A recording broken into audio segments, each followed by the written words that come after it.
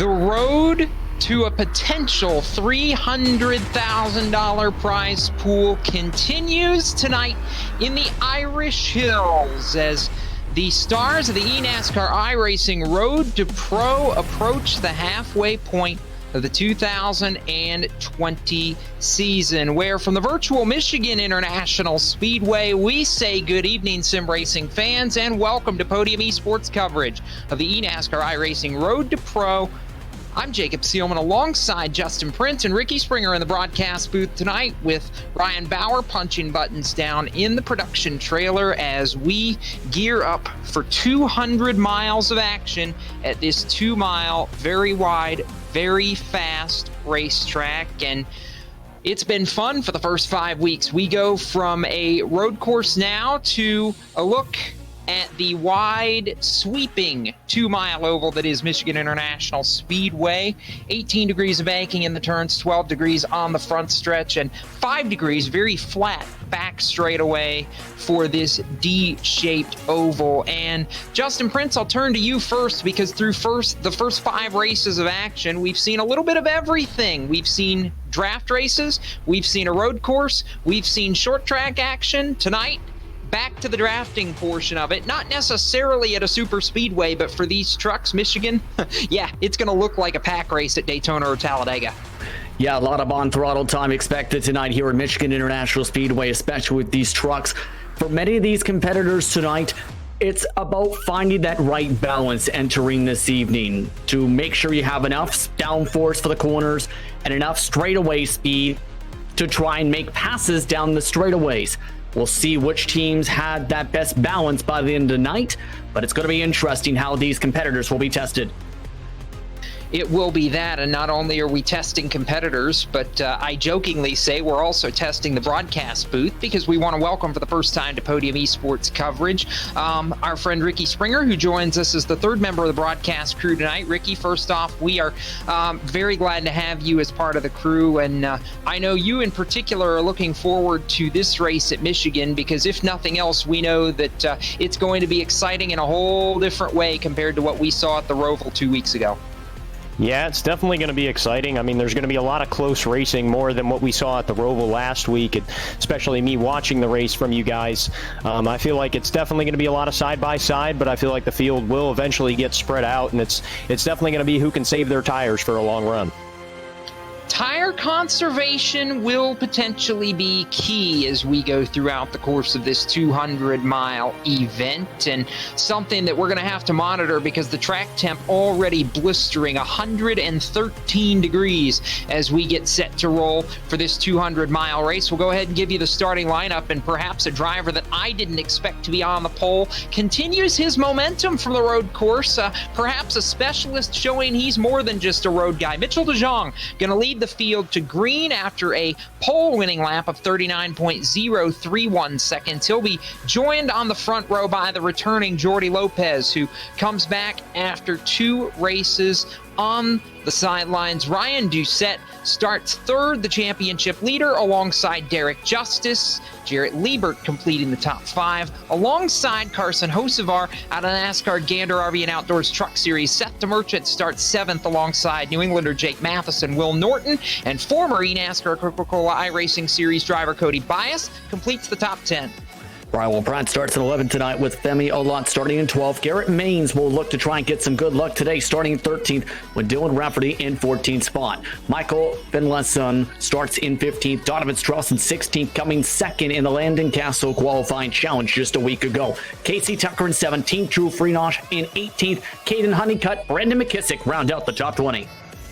21st is Derek Bordeaux. Stephen Wilson rolls off 22nd. 23rd is Dylan Jones. Alan Bowes rolls off 24th tonight. Blake Deere is 25th. 26th to Braden Boulos. Jacob Hall will start 27th. Brian Blackford starts 28th. Brian Mercurio rolls off from the 29th position in the outside of row 15 to Patrick Mallett. Daniel Roper starts 31st after major issues on his qualifying lap. He's going to have a long road to hoe tonight. Ryan Kuhn and Thomas Axum not posting a qualifying time. They will start 32nd and 33rd respectively as we look at this race. 200 miles, 100 laps, and I think the interesting thing here, Justin Prince, we talk about Michigan International Speedway traditionally being or at least the potential of being a fuel mileage racetrack, and we're guessing probably 2 stops tonight to be safe. I really don't know that anybody would be able to stretch it to try and cut this race in half and do it on 1. Yeah, most drivers, for the most part, they can get to about 45 laps at the top end of the fuel tank when it comes to the trucks. But you have to remember as well, that was the same theory when the eNASCAR Coca-Cola iRacing Series went to Auto Club. Drivers who did massive fuel saving were able to barely squeak into lap 50, but even then, that was still a massive risk because you never know if you're going to get a caution flag. You never know how the strategy is going to play out. So for the most part, many of these drivers want to be surprised and try and see them split it up at laps 40 through 80 or try and go, say, lap 33.66 tonight.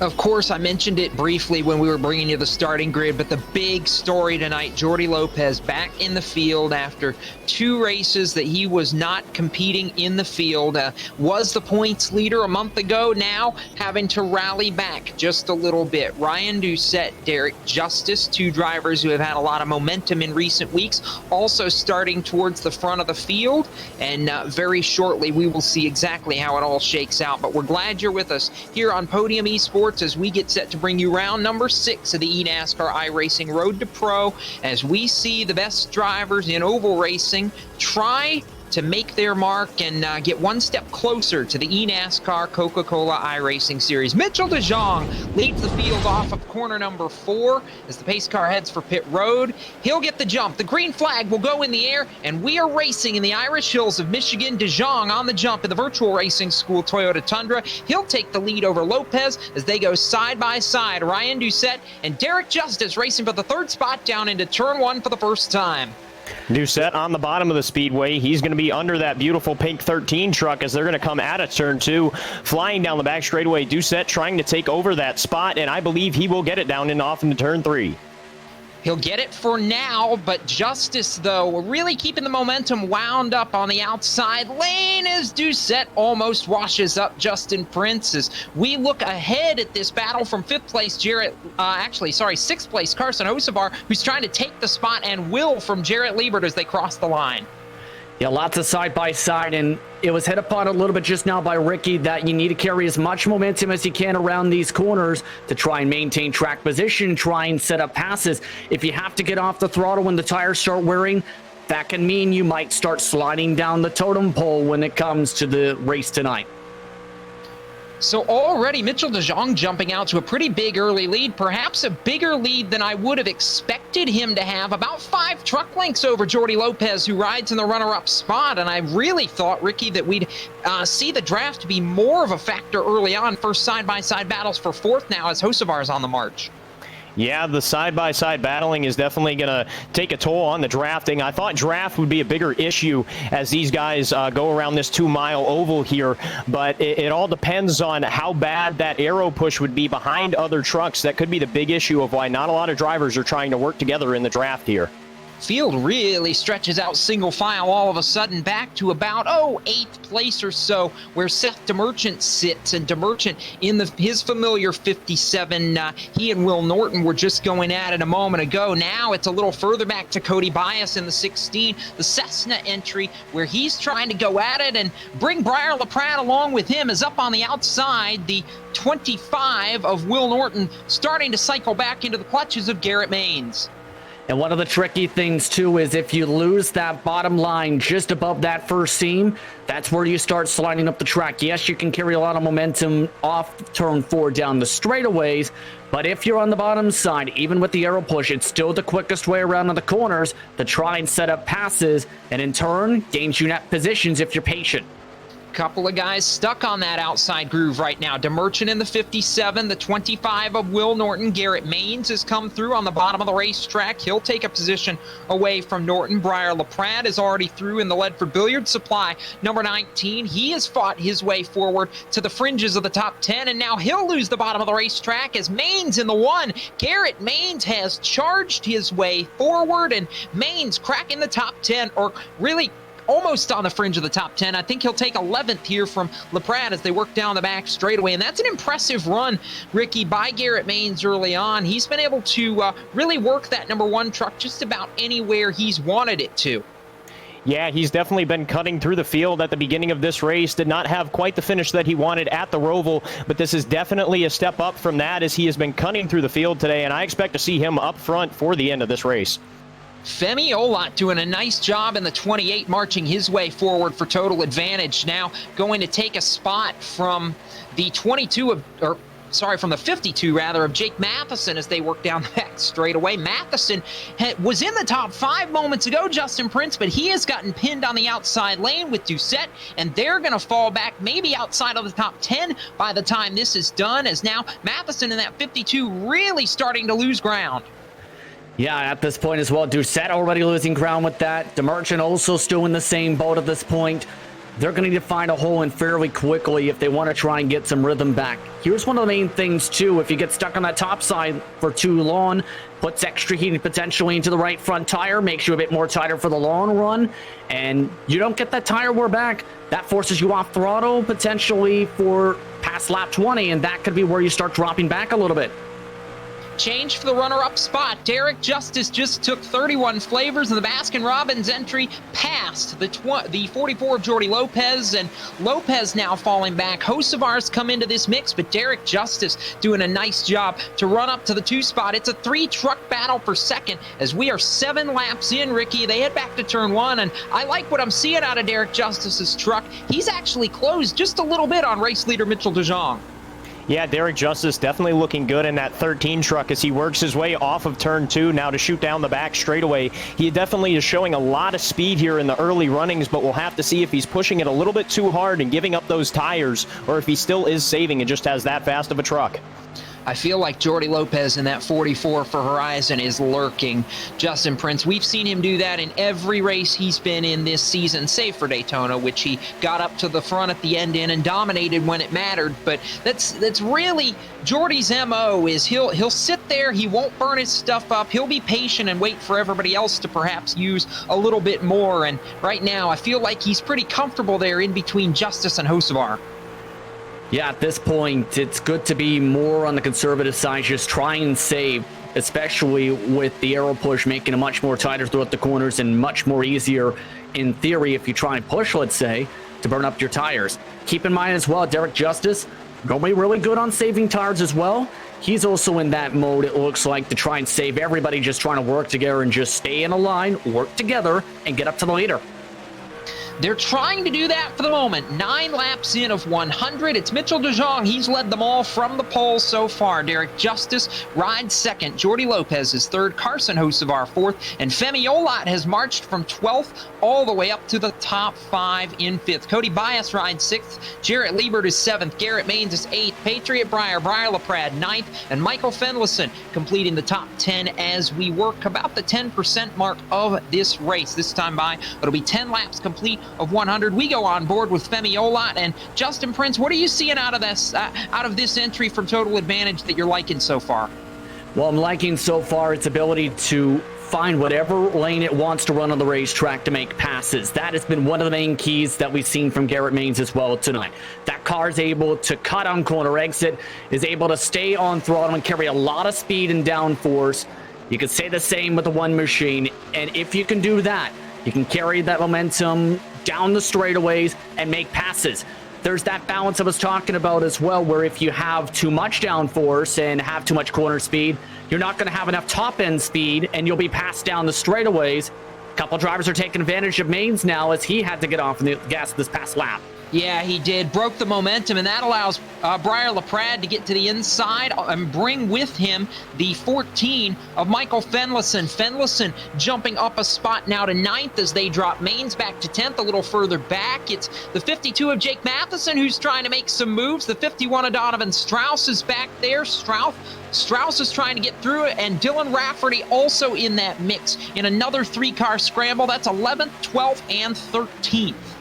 Yeah, that's a cluster as they go off into turn 3 this time of a bunch of good drivers, especially Jake Matheson in that 52 truck as they work their way off of turn 4. Jake has a lot of, I guess, experience on the iRacing service and running, so it's nice to see him working his way up to the front of the field, and we look forward to seeing what he can do as the run progresses here. He's pushing the issue early at lap number 13 all the way to the apron to try and find some room to race on the Legacy Esports 1 of Garrett Maines. Maines takes that Toyota Tundra to the outside, holds the 52 of Matheson at bay for now. Matheson had to check up. That opens the door. Donovan Strauss down to the inside in the JDR Graphics number 51. Strauss takes advantage and moved Donovan Strauss up to P11. And that's where you need to make calculated decisions to try and make passes. That case, Strauss able to take advantage of Matheson, who was just still trying to set it on that bottom line after the blocking that was happening up in the front. And the reason we've seen some of the aggression up from the one of Maines is we already talked about how important it is not to lose the bottom line entering the corners. He knows how important it is, and that's where the communication of having a real-world spotter helping you in the sim to try and tell you where these trucks are and where to try and make your moves. The moves are coming fast and furious, and they're starting to come closer to the front of the field. 6 trucks now within 1 second of the race leader, and the battle's about to be on. 4 trucks strong at the front of the field. Derek Justice has towed the 44 of Jordy Lopez and the 40 of Carson Hocevar towards the front with him, and they are within 2 truck lengths of the lead now. Ricky Springer as they work through 1 and 2. Justice bringing this train along, and Mitchell DeJong is about to have company. Yeah, 3 trucks under a blanket as they work their way down the back straightaway. Carson Hocevar going to peek to the bottom, maybe trying to scare that 44 truck as they're going to try and get to DeJong for the race lead.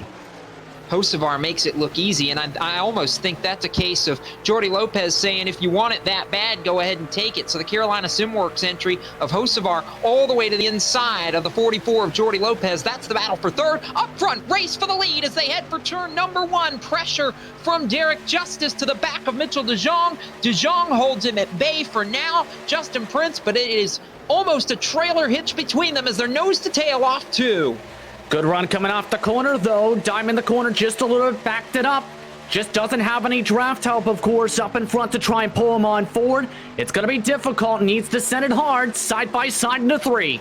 Side by side for the race lead. Here comes the Baskin-Robbins entry of Derek Justice. Works to the inside. New leader as they come off turn number 4. And it's going to be Derek Justice who edges ahead to lead at lap number 16 and become the second different leader of this race. Carson Hocevar has gotten around the 44 of Lopez. And it's now 4 trucks racing for the lead in turn 2.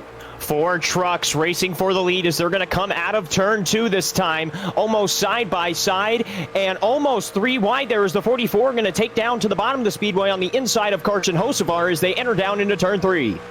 Headed for 3 now. Lopez coming back on Hocevar. This has all allowed Cody Bias, who snuck into the top 5, to really start to make some noise. The Cessna, number 16, has made his march to the front of the field. He'll take 4th away from now the 40 of Carson Hocevar. So drop Hocevar back 2 positions from 3rd to 5th. Bias may not be done. Bias looking underneath the 44 of Jordy Lopez. He cannot make it work. Up front now, it's a truck length and a half between your race leader Derek Justice and the trailing truck of Mitchell DeJong. Last time by Justice was nearly 0.2 of a second quicker. The gap already 0.2 of a second on the racetrack. Justice is showing the long run pace already in the early going. You can see it visually as well, just able to carry an extra mile an hour or 2 in the corners, and that's allowing them to start to break a little bit away. Daniel Roper, we talked about him right off the top of the show when we were giving you the starting lineup and mentioned that he was one of 3 that had issues on his qualifying lap. He has come from 31st on the grid, Justin Prince, almost halfway through the field in 19 laps to go to 17th. He has really come on strong in the 10. Go ahead. He has been flying through the field for sure, and he definitely has a long way to go to still get up to the front of the field and battle for the race lead. But after a poor qualifying effort, or rather a no qualifying effort at all, he definitely has a shot to make a top 10 out of tonight's race. So now Roper, and he needs the points right now. One truck slow up on the outside lane of the racetrack. Not sure if there was just a break in momentum there for the 52 of Jake Matheson, but he really fell back in a hurry and lost a lot of ground. Caden Honeycutt's done a nice job, Justin Prince, to move up there as well inside the top 15. Yeah, quietly and officially moving his way through this field. A +4 for him as well from the drop of the green flag. You can also say the same thing for the 23 Jarrett Liebert. He's lost some positions in the short run, but now that long run pace is starting to stretch in. And that's some of the mindset of a couple of the teams on the racetrack, where some teams are willing to sacrifice a couple positions early in the run to be able to be one of the fastest trucks on the track for the long run for the final 20 laps of each green flag stint. Femi Olot and Cody Bias have put on a really interesting battle between them. The 28 and the 16 have traded back and forth for that 5th position the last couple of laps. It's Olot back into the mix, Ricky Springer, and this is an impressive showing for Total Advantage Motorsport, the team that Landon Huffman brought into the iRacing simulation about a month or so back now. And ever since Landon brought his brand into this Road to Pro, they have been very impressive between Femi Olot and Alan Bowes, who have really been the two that have carried the banner for Total Advantage, and Olot 12th to 5th, one of the really strong runners in the top 5 right now. Yeah, ever since they came into the Road to Pro scene, they really have came in with a vengeance, especially with a lot of good top 15 finishes, what is definitely needed to battle for that $300,000 purse in Pro this next upcoming year. And I really think that they have a chance to get a couple of wins by the time the end of the Road to Pro series comes around. And they're definitely some people to watch out for as we progress through this race and races through the end of the season. Justin Prince, I'm not sure if you saw anything. I didn't see anything specific the last time I looked down, but all of a sudden the Viper Graphics number 8, Ryan Doucette, the championship leader, has dropped anchor. He started up in the top 2 rows of this race. He's fallen all the way to 24th in this first run. Yeah, he got absolutely freight trained, as we've seen early on in the run, to the back end of the top 10. He has just not been as quick, it seems, on corner entry and exit. Going in the 172s right now, mile per hour range. Most of the other trucks around him are going around 175. So whatever they did, it might have been more focused on the shorter run, and now that speed is starting to come in, as well as the top line speed down the straightaways. That balance of the downforce may have been just off just a little bit for the long run. I almost wondered too, and that's why I was trying to eyeball it, Ricky. I don't see any visible damage to Doucette's truck, but that's not to say that he may not have had a little bit of contact with somebody.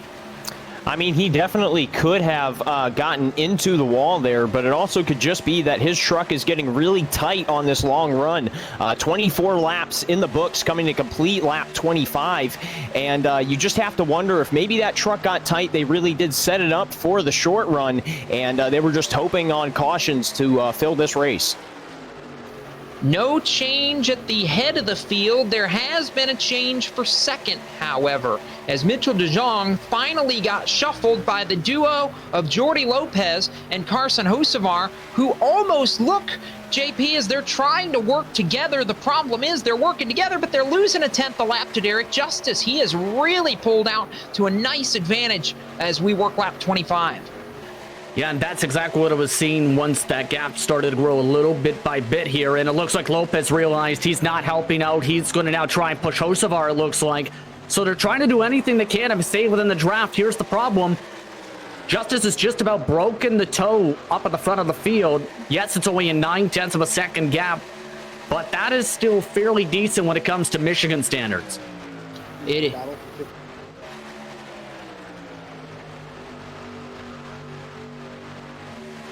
Taking a look here at the Battle of 15th as well here, and this is getting a bit shuffly here, Jacob. It is shuffling a little bit. Jake Matheson had fallen back a decent amount, but he now settles in somewhat once again as he's tried to maintain here. Started up inside the top 10, but now has fallen into the clutches of Andrew Freenage and Dylan Jones, a couple of the guys back here who we're used to seeing run, JP, a little closer to the front of this field. Yeah, they're all starting to drop back, in fact. I think they're all on a similar baseline set. Each team has different philosophies. Some go with the exact same for each driver. They have to adapt. Some have the drivers themselves build their own setups. Major block for Matheson. trying to cut off Drew Freenach hard down the front straightaway. Freenach is getting a little impatient. He's working with his teammate Dylan Jones here. Those two have worked together at various times for many years here on iRacing. I've watched the two of them really have some solid workings there in the 11 and the 24, and they are trying to march their way forward. But the block, Ricky Springer, that JP just mentioned, as far as the 52 of Matheson, he is doing everything. Truck in the grass, caution's out. Spinning off in the infield, Will Norton. Will Norton going around and will bring out the first caution flag at lap number 28 of tonight's Road to Pro top split event at Michigan International Speedway. We'll get a look at the replay, but slow the pace just shy of 1/3 distance as the 25.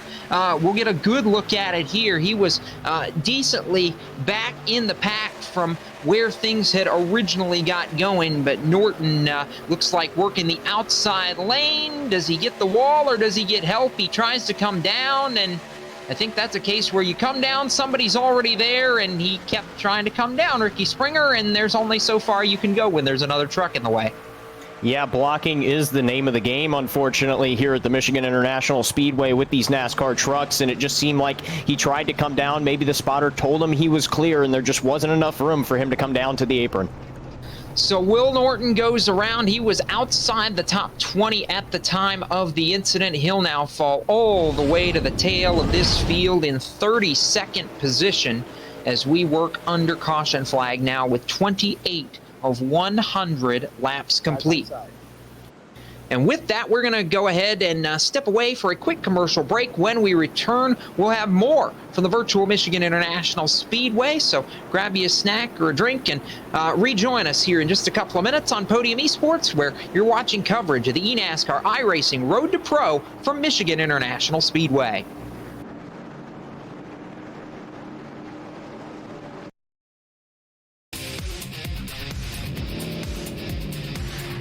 Thank you, sir. Not bad.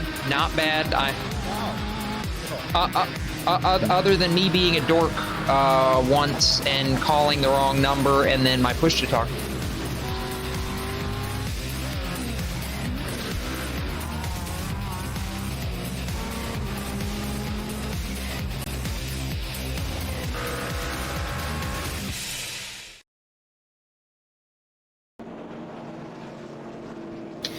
In case anybody's wondering, you hit. Sometimes we hit the MRN scanner button and you get us during commercial breaks. So we'll chuckle that one off and continue onward as we work pit stops in round number 6 of the eNASCAR iRacing Road to Pro. And yes, we're beating up Ryan Bauer because we never get a chance to do it, but we're having fun. Derek Justice leading the way as we pit at lap number 30 of 100. Carson Hocevar came into the pit second, and we'll reset the running order in just a moment when they all cycle back around. But takeaways so far, Justin Prince, from that first stint, because I think what we saw is really the difference between short run and long run. Hit it right on the head right there. We've seen Justice have a long run truck. Hocevar, Lopez Jr. can put in that same grouping as well as Bias. But we also seen a lot of the drivers who started up at the front, a majority of the top 10 qualifiers, mind you, who are all teammates, all dropped outside of the top 10 to around 15th to 22nd as their trucks started getting tighter and having less on throttle time in the corners. So we're seeing that balance and how these drivers have built their trucks in the respective teams. And that's come into play, especially since the track temp has barely moved. You just seen about 111, 112 Fahrenheit. It's been up there in the triple digits and over 110 degrees, Ricky Springer, for much of this race. And I think we've seen a lot of trucks slip sliding around, and that's been a major key in our comers and goers early on, because if you conserve your tires to have some left at the end of the run versus if you burn it up early and fall back late in the run, it's hot, it's slick, and the tire wear is going to be a lot more than what it might be if it were, say, 10 to 15 degrees cooler out there. Yeah, I mean, the racetrack is really hot, and it's really just taking up the tires right now and making these trucks slide around a lot more than usual, because as these drivers and the teams tested for tonight's race, you never really get a true feel on what exactly the weather's going to be, so it's always kind of a gamble on how you want to set up your truck when coming to a Road to Pro race, and it seems like some of these guys may have set it up for the track to be a little tighter and got bit in the butt with the track temperature tonight. So circulating under caution after pit stops, Derek Justice and Carson Hocevar came in 1-2. They exited 1-2 and will make up the front row for the restart. Jordy Lopez and Garrett Maines on the second row of the grid. Femi Olak, Cody Bias, 5th and 6th. Brian LaPrade, Mitchell DeJong, Donovan Strauss, and Jarrett Liebert, the rest of the top 10, as we come around to complete 31 laps of 100 here in the Irish Hills at Michigan International Speedway. Pace car ducks back onto pit road, and we will get set to go back under the green flag with Justice. We'll see what Hocevar can do, if perhaps he can stay with him. And this is as far up as we've seen Garrett Maines all night long so far. Green flag back in the air. It's Justice on the jump. Hocevar going to have enough of a gap to slide right down into that number 2 position. Lopez, Maines, first side-by-side battle. Justin Prince is for 5th in turn 1 yet again. Cody Bias versus Femi Olak. Olak just able to push him up the racetrack to hold on to P5 as well. Everybody else single filed out amongst the top 10. They're still shuffling around 2 to 3 wide, though, amongst the drivers inside 11th through 15th. Everybody's fighting for that all-important bottom line still. That they are. So as we circle around, it'll be 32 laps complete. Still a long way to go, Ricky Springer, and I think that's the big key, is there is a lot of time, if you're not up front right now, to get up front, but you don't necessarily want to wait till the last 20 or 30 laps. You want to be starting to make moves now if you can, and I think that's important to note out of the Garrett Maines machine, who started 13th and finds himself in the top 5 for the first time tonight. Yeah, at some point you kind of have to give up the tires and really push your truck up to the front of the field, because track position is so important with the way these guys race here, as it looked like Jordy Lopez maybe going to peek to the bottom of Carson Hocevar as they go off into turn 3 this time. But we definitely need to keep a look at the guys towards the back of the field that might be pushing their trucks a little bit harder than the guys up front to gain that track position and be there for the end of the race. 33 laps in the books this time by, as we almost went 3 wide for a moment, and the total advantage entry, Femi Olak back inside looking for 4th, Ricky Springer. Yeah, looking for the 4th position, as they're going to be side by side right now down the back straightaway. That white number 25 truck holding the inside of Garrett Maines, almost 3 wide now as they enter down into turn 3. Into turn number 3 as we again circle around. This battle for the lead is starting to heat up just a little bit as they work back to the start-finish line, and Jordy Lopez on the march once again. It's been a case where I think we're waiting to see when he wants to go to the race lead. Yeah, and it's got to be patience. That has to be key as well. We've seen how important, yes, clean air is, but you don't want to just stuff it down to the bottom side and immediately burn up your equipment here. At the same time, we're already seeing drivers really starting to weave back and forth more aggressively now, trying to maintain that track position. Keep in mind as well, with that last caution flag, it is technically a stretch of a 1-stopper from here on out. It is, which is going to make... We talked about fuel mileage from the beginning, and I knew at some point, Ricky Springer, that was going to come into the conversation, and now it is. Yeah, fuel mileage can definitely be a thing, especially with the way that cautions will lay. I mean, we're seeing a lot of close racing, especially up towards the front of the field, battling for that track position, like we've said, all race long. And it just depends if these guys are going to stay clean enough to where the fuel mileage on a long run will come into play, or if we'll have more cautions. Under green, working lap number 36, side by side for second. Hocevar leaning on Lopez a little bit, and that brings Femi Olak into this mix as well. So it's now 4 trucks racing for the lead as they head back to turn number 1, and Hocevar's maybe got a nose looking for the race lead. Still trying to poke it right underneath. A bit of a squeeze, though, for the outside. Lopez nearly pinched him, nearly tapped doors panels one side by side. And now Lopez has momentum, now making near 3 wide down the back. Almost 3 wide as they continue to scramble at the front of the field. It's a hornet's nest for first through fourth. It's a hornet's nest from seventh on back. Garrett Maines is there. Cody Bias is there. Donovan Strauss is in this mix. Down low looking for position. He goes to the apron. Maines throws the block. Maines throws the block down the front straightaway, trying to keep that position as Olot now trying to look to the bottom of the speedway below the 28 as he's going to move to the third position, but not so fast as the 28 battling back on the top. Continuing to race, and now the challenge is on for the lead. Jordy Lopez to the inside, looking for it on Derek Justice. Justice holds command on the outside of the racetrack as further back. Femi Olot inside looking for, or rather outside now, as he's getting passed by Mitchell DeJong, who's come back. Restarted 8th, Justin Prince, he now goes to 3rd. Yeah, and he's showing his speed real quickly here with the help of Keegan Leahy and Bobby Zelensky moving his way up to the field here. But keep in mind, just behind them, they're blocking all the way down to the white line each and every time now down the back straightaway. This is the most aggressive we've seen the racing off a start so far in the short run overall. It's getting a little bit faster and a little bit more furious at the front of the field, and we're not even halfway through this race. 39 laps complete. When they come back to the line, somehow Derek Justice has continued to hold the lead. Battle for 5th. Carson Hocevar under attack from Cody Bias, actually, I'll take that back. Cody Bias under attack from Hocevar as they've been scrambling and changing lanes a couple corners before. It was the other way around. Now Hocevar back in the 5th position. Bias back to 6th. There, it does feel like Ricky Springer a Talladega race. Now they're almost changing positions faster than we can call it. Battle for the lead in 2. Battle for the lead in turn 2 as Derek Justice going to be pushed out to the outside. Jordy Lopez throws a block to the bottom of the speedway to block Olot as they enter down into turn 3. Into turn number 3, Lopez to the inside, Justice to the outside, and I think Jordy Lopez has finally hit the button to go. Justin Prince, he'll go to the lead on lap number 40. Lopez wants the clean air, wants it now. Will Justice continue to fight, or will he try and save the tires? Here comes DeJong, though, getting a push from Olot.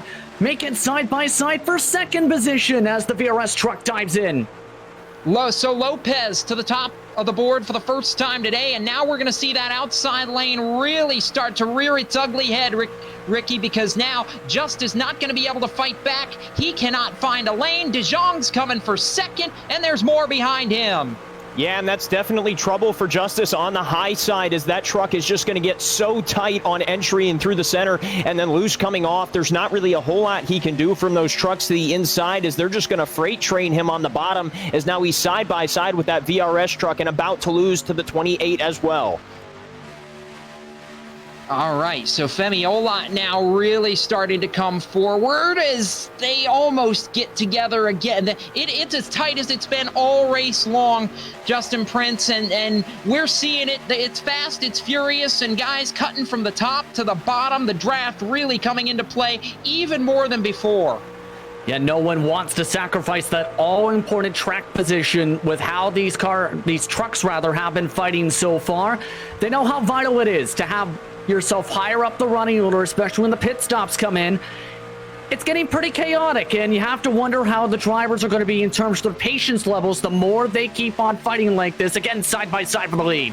Side by side once again as the run from the outside. Mitchell DeJong gets shoved out of the groove. 3 wide off the exit of turn number 2. He went for the gutsy move to the outside. It did not pay off. He'll fall back 3, 4, 5 positions now as for a moment it's Femi Olot looking for the runner-up spot. Now Derek Justice has it on the outside lane.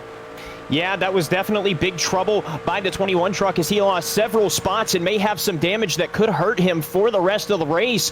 But that is definitely good in Jordy Lopez's mind as he is up at the front of the field and he's looking to pull away now from Olot and Derek Justice. Trying to pull away and successfully pulling away. 2 different things, though, as we work 44 of 100 complete off turn 2 and down the back straightaway go the race leaders. It's now Jordy Lopez out in front as he's been for the last 4 laps. Femi Olot as high as he's been all night long in the 2 spot. Justice trying to hold off Hocevar for 3rd, and Cody Bias and Donovan Strauss trying to make it a 6 truck race for the lead. We'll see if they try and save some tires here. We've seen Justice save a lot through laps 10 through 20 of the first green flag for the race. We'll see if that result comes through. Keep in mind, though, Donovan Strauss, a +10 as the battle for the lead side by side again. Now, Femi Olat for total advantage, trying to make the move. He'll go to the race lead off turn 2 by a half truck length. Lopez fights back on the outside with help from Derek Justice, but it's Olat down low in the 28, trying to take the lead away using the short lane to do it in turn number 3, and that may give him the edge. Yeah, as they're going to battle side by side, 2 abreast out of turn 4. It's going to be Jordi Lopez on the outside trying to give Olat a run for his money, but he's going to lose time now down the front straightaway and going to try and get the run as they enter off into turn 3, and Derek Justice just watching behind them. So now, Femi Olat becomes the fifth different leader of this race, I believe, if my count is right. So it's Olat over Lopez over Justice, and it's about to be Justice, who I thought coming back for the 2 spot. He slots back in, opens the door for Cody Bias. Donovan Strauss up to the battle for 4th now as well, as here comes Lopez back on Olat for the lead. Just poked his nose right underneath the quarter panel of the 28 truck. Up the track goes Olat. Here comes Justice, though, watching in the wings. Lopez tries to cut off the bottom side. Blocks on the apron. Justice making it near 3 wide. Does make it 3 wide into turn 1. Triple stack them for the lead as they head down into the banking in turn 1. Jordi Lopez all the way to the bottom. Derek Justice now to the outside as they settle it back 2 wide. Carson Hocevar sticks the nose of his Chevrolet Silverado into this mix. Make it 4 trucks going for the real estate at the head of the field, but it's Jordi Lopez to turn 3 with the advantage. Carson Hocevar was sitting behind this pack and said he wanted to join the party as they work off of turn 4. He's looking to take the race lead, but still side by side between Derek Justice and Jordi Lopez. This is turning into an all-out pack race now. It's Justice to the outside who gets the advantage for a moment, and we've changed the lead in each of the last 3 laps at the start-finish line. Now Lopez back to the inside. It's Justice up high. They're side by side for the lead off 2. Lopez trying to swing around. The back end still side by side, cannot get clear. Still fighting hard. Justice on the outside. This time Lopez tries to show up the racetrack. Both drivers send it on the gas, both lifting and babying the throttle through 3 and 4. Lopez still can't get clear of the 13. 4 different leaders. Carson Hocevar trying to become the 5th in 48 laps as he works to the inside, trying to take a peek on the 2 front runners. It's Lopez who takes it back. 4 laps, 4 lead changes. They head back to turn 1 with Hocevar watching the lead pair go side by side. And we are talking so much about the front of the field, but Daniel Roper, who we talked about earlier in the show, has moved his way up inside the top 5 and is looking to try and get a part of that battle as he is going to be in the 5th position and down to the inside of the 28 truck. Where did Daniel Roper come from? From 31st to going for 4th as the 3 leaders work off turn 4. Justice finally getting shoved out. It's Lopez down low. It's Carson Hocevar to 2nd as he's trying to make a run for the top spot. The Carolina Simworks truck putting in some heavy work now, trying to provide pressure on Lopez. Last time there were 1-2. Hocevar was given the spot by Lopez. How hard will Lopez fight this time? Bobble off the corner. Here comes Hocevar to the bottom. How about the young gun from Michigan representing Nice Motorsports in the Gander RV and Outdoors Truck Series, representing well as he goes for the race lead at the halfway point of this race. Carson Hocevar to the top of the board, bringing Derek Justice with him for 2nd off turn 4. It's going to be Hocevar who leads at the halfway point of this 200-miler. Move driver number 40 to P1 as we cross halfway. But not so fast as Justice working his way back up to the top part of the speedway.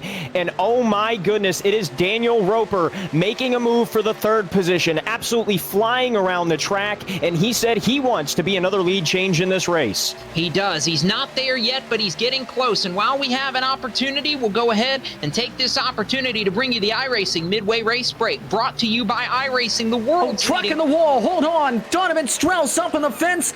Still green, though, as he got shuffled out amongst the top 10 trucks. Went too high up the racetrack in 3. So Donovan Strauss falling back. He was inside the top 5 last time by. This time by, he will fall well back outside the top 20, all the way to the 25th position. That's how quickly things can change. Derek Justice, by the way, took the race lead back on lap number 51. So with that, we'll give you the iRacing Midway Race Break, brought to you by iRacing, the world's leading online racing simulation. Developed from the beginning as a centralized racing and competition service, iRacing organizes, hosts, and officiates races on virtual tracks all around the world. iRacing is home to a wide variety of officially sanctioned series, with racing from the Australian Supercars, IndyCar, IMSA, NASCAR, the World of Outlaws, the Cars Tour here on Podium Esports, and more. We'll try and bring it to you as quickly as we can, because they keep dicing about as fast as we can call them. Derek Justice leads Hocevar, and Daniel Roper from 31st up to 3rd. The battle for 4th is between Jordy Lopez and Femi Olot, with Cody Bias close behind in 6th. Seth the Merchant is 7th, with Dylan Jones up from 23rd to 8th. Caden Honeycutt in the top 10 in 9th, and Dylan Rafferty, Justin Prince is 10th. Currently in the 11th position, Garrett Maines, Drew Freenosh in 12th spot, Alan Bowes in 13th, a +8 for Stephen Wilson up in 14th, Brad LaPrat's in 15th. DeJohn is all the way back in P16 still after his troubles, with Jacob Hall in 17th. Derek Boudreau in 18th, with Brandon Borlos in 19th. Patrick Mowat rounds out the top 20. Michael Fenlison is 21st, Ryan Doucette 22nd, Brian Mercurio is 23rd, Brandon McKissick sits 24th, and Jake Matheson, who started the day so strong, is now 25th. Donovan Strauss, who was top 5 not 3 laps ago, back in 26th position now. Brian Blackford 27th, 28th is Casey Tucker, Will Norton is 29th, Jarrett Liebert, who started the day in the top 5, sits 30th, 31st is Ryan Kuhn, Thomas Axum 32nd, and the only truck 1 lap down, Blake Neer, is 33rd. That's a look at the full field rundown during tonight's iRacing Midway Race Break. With more than 170,000 drivers on the service and more than 80 laser scan tracks and cars to choose from, iRacing is the original esports racing game. For more information, visit iRacing.com today. The 4 and the 46 almost binned it for running for the 10th spot. That was Dylan Rafferty. Around Dylan Rafferty, Garrett Maines, Dylan Jones, Drew Freenage, that gaggle of trucks back there. Justin Prince, you had eyes on it a moment ago. Rafferty in that 46 almost went around. Yeah, down the front straightaway, Maines just got right underneath Rafferty. Rafferty had tried to go down for the block, and they made just a slight bit of contact down the front straightaway. Now Rafferty, he's in a tough spot. That bobbled him up to the top line, and now he's stuck alongside the low-line racing truck. So that battle continues to rage, while up front, Derek Justice has managed to hold the lead for about the last 5 laps and started to pull the gaps back out a little bit. He seems to be, Ricky Springer, the dominant truck over the long run, and able to kind of calm the chaos, so to speak. He and Hocevar have really done a nice job at kind of pulling some gap over the rest of these front 6 or 7 trucks. Yeah, and I was speaking about Derek Justice earlier on if his tires would take a toll after pushing so hard at the beginning of the race, but he has really done a good job at saving those Goodyear tires on the bottom of that Toyota Tundra there as they work their way off of turn 2. He definitely has a lot of speed, more than the rest as of right now, but we'll see what the tires can do with maybe more than a 25-lap run. Couple of guys to give a call out to, Justin Prince, and most notably the 10 of Caden Honeycutt, who sits in the 9th position right now. We really didn't talk about him much in the first half of this race, but Honeycutt has done an impressive job and working against Garrett Maines right now inside the top 10. Honeycutt's worked his way forward. Dylan Jones in the 24 has worked his way forward pretty nicely. There's several guys. Of course, we've talked about Daniel Roper a bunch, but the guys, like the Honeycutts and the Joneses that maybe we haven't talked about a whole lot in this race, but are still putting together some really good runs that they need for points here as we approach the midpoint of the season. Yeah, we talked about some of these drivers before in a few different moments where you have some of the strengths for some of the drivers. Like Honeycutt, of course, Arc Menard's driver, whose strengths usually the short tracks, has looked really good here. But when it comes to the drivers up at the front, especially Justice, the big tracks seem to be his strength when it comes to major races such as this with open setups. And we're seeing that speed right now. Still one of the fastest trucks on the racetrack, The difference is this run, Hocevar, it seems, has made a little bit of an adjustment with that last caution about 30 laps ago that has allowed him to keep up this time with the 13.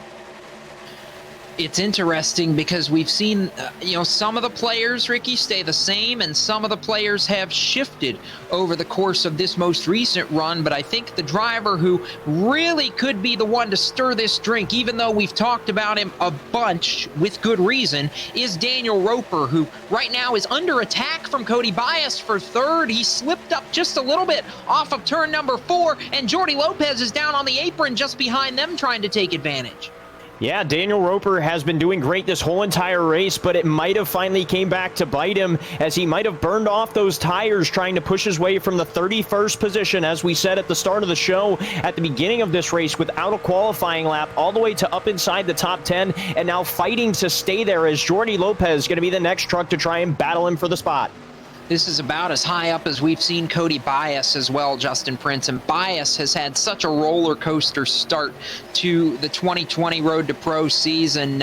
It seems like every time he's had speed, he's caught a wrong break. And perhaps the days when he hasn't been the fastest truck, he's caught some breaks to get some decent finishes. But it's really been hard to tell, I feel like, just where Cody Bias stacks up in relation to some of these guys like Justice and Hocevar, who have been running up towards the front every single week. And it's really through no fault of his own. It's just been a very chaotic opening 5 races for him.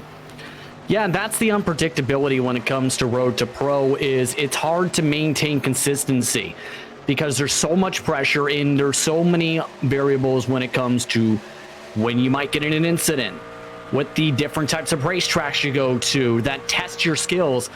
It's all testing the best of the best drivers, mind you, to see how they would react, say, if they're in that situation up at the highest levels. You need to prepare for that as a driver. Speaking of battles as well, though, LaPrade and Rafferty are going at it for 12. Yeah, Briar LaPrade's kind of hung around the back end of the top 10 all night long here, and not just outside the top 10 right now in 13th, 14th position, but the Ledford Billiard Supply Toyota Tundra doing a solid job, not necessarily anything flashy or anything to write home about, but he does dispatch the 46 of Dylan Rafferty to move into position number 12 and brings the 12 of Derek Bordeaux along with him. So they cycle out and drop Rafferty back a couple of spots as we work lap number 63, and with that are going to take a real quick pause in our action. You won't miss a thing because we're going to go Podium Esports side by side and come back for the final stint here in the 6th round of the eNASCAR iRacing Road to Pro. It's racing from Michigan International Speedway, and we bring you to the conclusion right after this.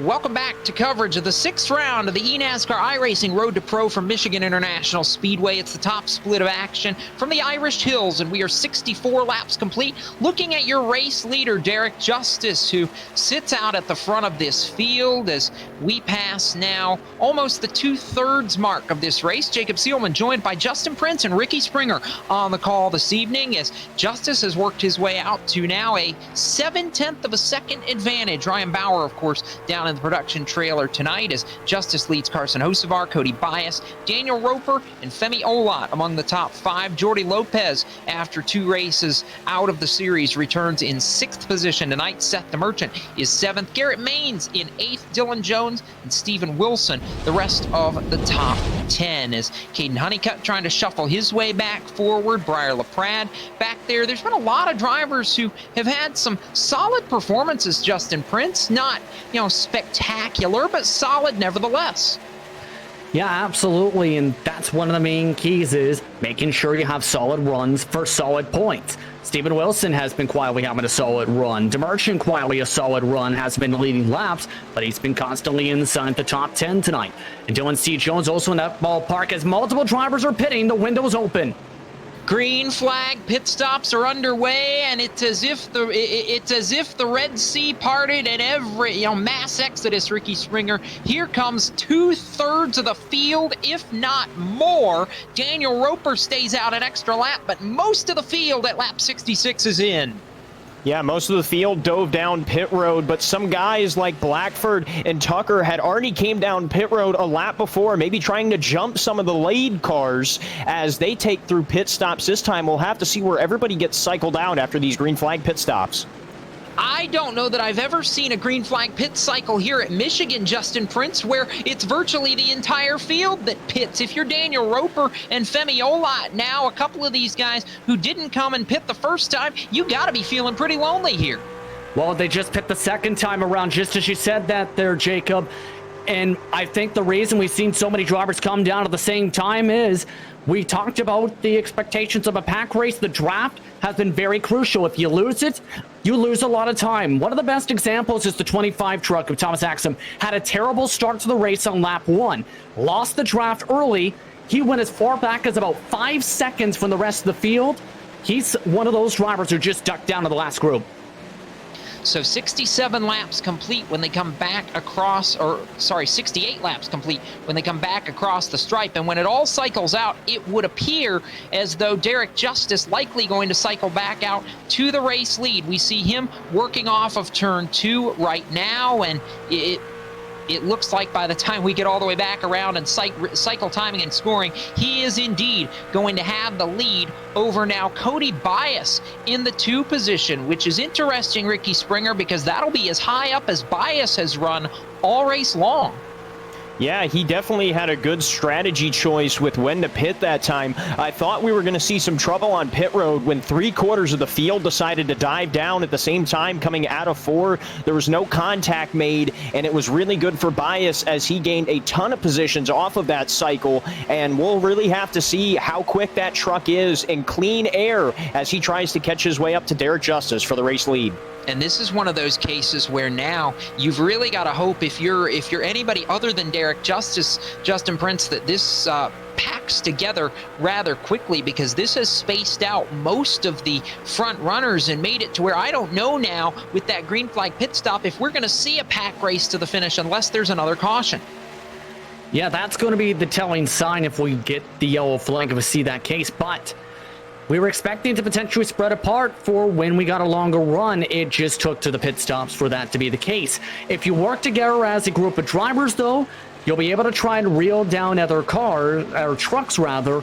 We've seen that be the case before in the short run. It's just going to be the test on how they keep up with Justice, who has been so blistering quick after 20 laps each and every run tonight. And it's interesting, too, because for Derek Justice, this would be a very, very big moment. He had the surprise win a couple of races ago. Oh, and I'll hold my point because the caution flag comes out, coming to 30 laps to go. And that is the 28 of Casey Tucker, who is back now in the 29th position, and that would appear to be terminal damage to his machine. We'll get a look at the replay, but just the second caution of this race coming out with 30 to go here at Michigan International Speedway. Justin Prince, and Casey Tucker definitely had help from the 51 of Donovan Strauss. Yeah, and that was Barlow's that just missed packing him hard there. You see right there, got some help. Right on the left rear quarter panel as Strauss started pushing up, trying to go right underneath the first seam, and bye-bye went Tucker. How did Braden Boulos not get collected in that is the question that I have. Ricky Springer, that was an impressive evasive maneuver by Boulos to not just pack it in. Yeah, I mean, he definitely had to be up on his toes when a wreck like that happens right in front of you. You're going so fast at a place like Michigan and the trucks here that you just don't have a lot of time to react, and it's very difficult to avoid an accident here.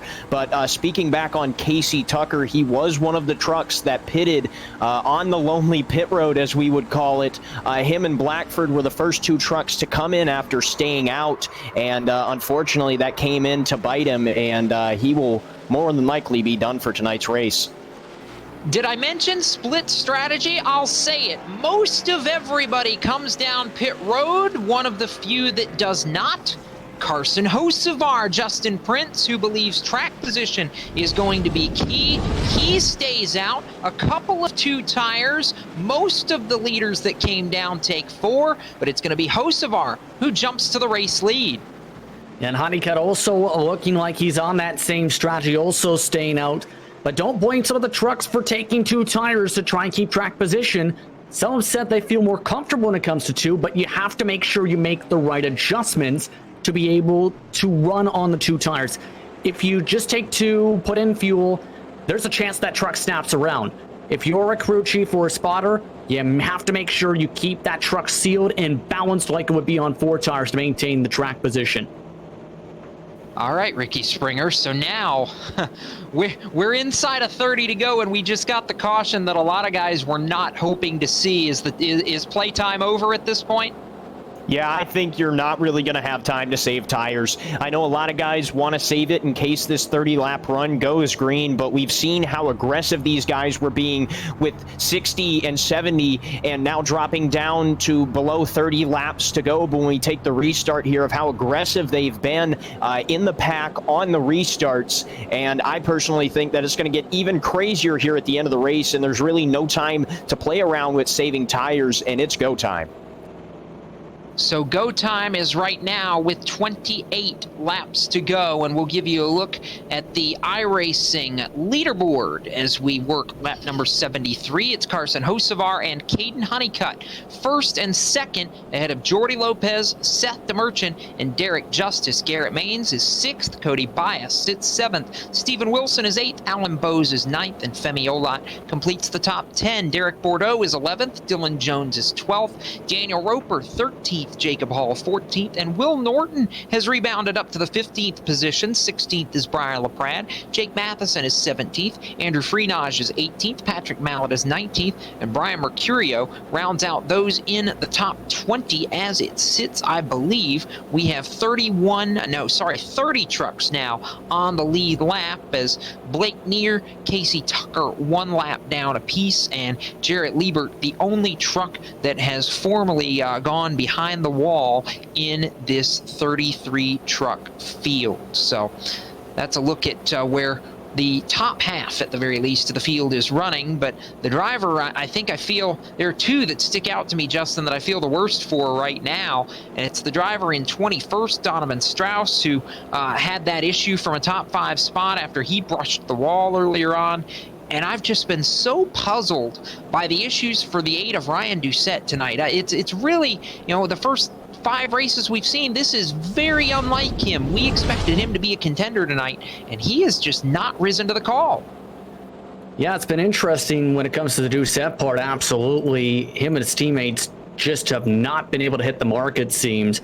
They've already had one of their fellow trucks parked for the night about 16 laps ago, and Jarrett Liebert, after he had an adjustment trying to fix what was going on with his truck, and ended up ungluing the left rear and basically unpinning that part of the race truck.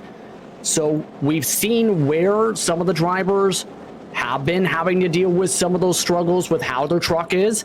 Well, others have been able to power the way up on forward by having good long-run trucks, I believe. And in turn, if you've got a good long-run truck, Jacob, that is stout on the short run, they've been able to keep those spots.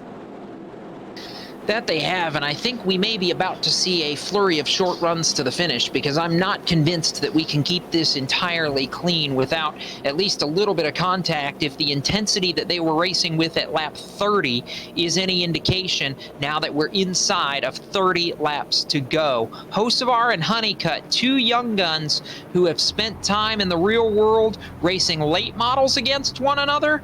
Well, they line up on the front row in the top split of Road to Pro for a restart that could play a role in deciding the outcome of this event. Neither have won. I'm sure both would like to add their names to the list of winners on this 2020 Road to Pro season. So the two teenagers will lead the field off of corner number 4. The pace car heads for pit road, and we head back to the green flag. It is in the air, and they time it perfectly. Hocevar gets away. Honeycutt drops to the apron to block the advance of Jordy Lopez, and it is now a scramble for 4th. Garrett Maines, Seth DeMerchant, Derek Justice, and more going at it in 1. What a good start from Garrett Maines, setting it up that inside line up to 4th position. The tricky part's going to be able to hold on, already pushing up the track as everyone started to try and block, especially the ones who just stayed out.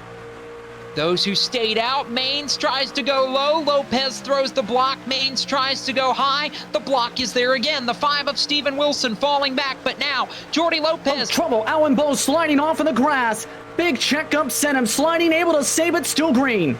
Still green for now, but Bose was in the top 10. He is at least going to fall out of that, perhaps as far back as outside the top 20. He hung on to that truck, but falls to 29th position. Up front, side by side for 4th. Garrett Maines and Steven Wilson going at it as Jordy Lopez delivering a shot to the back of Caden Honeycutt, trying to push Honeycutt past Hocevar for the race lead. As it's going to be a bunch of trucks under a blanket. Caden Honeycutt down to the bottom of the speedway. Carson Hocevar going to block. That's the name of the game. Instead of your duty driving, it's going to be blocking here as you come to the end of a race. Jordy Lopez staying back far from the trucks who stayed out or took 2 tires, and he is trying to look to take over the race lead and try and pull away as he is getting a push from Garrett Maines down the front straightaway. Steven Wilson's been tremendously impressive on the outside lane. I can't believe he's been able to almost advance all the way up to 3rd. He's gotten clear of Maines and is side by side with Jordy Lopez now, Justin Prince. Lopez pushes up the racetrack, tries to move up Wilson. Wilson gets momentum though. Honeycutt, Hocevar and co. all blocked to the bottom of the racetrack. Down the white line, heading off to turn number 3. Lopez still at the bottom in the side-by-side for P3. Justice also still forced up at the top.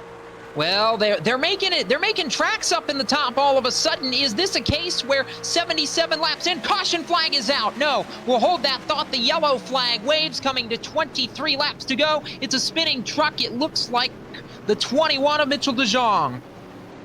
And that is very unfortunate for him. He had a great race going all day today, and I'm not sure what happened. We'll have to get a replay there as it's going to pull up, but very unfortunate for him as that could be terminal as he's driving down the pit road with the smoke rolling out of the bottom, and it looks like there was contact made there maybe by that 14 truck as he got up the speedway, and DeJong was just in the wrong place at the wrong time there.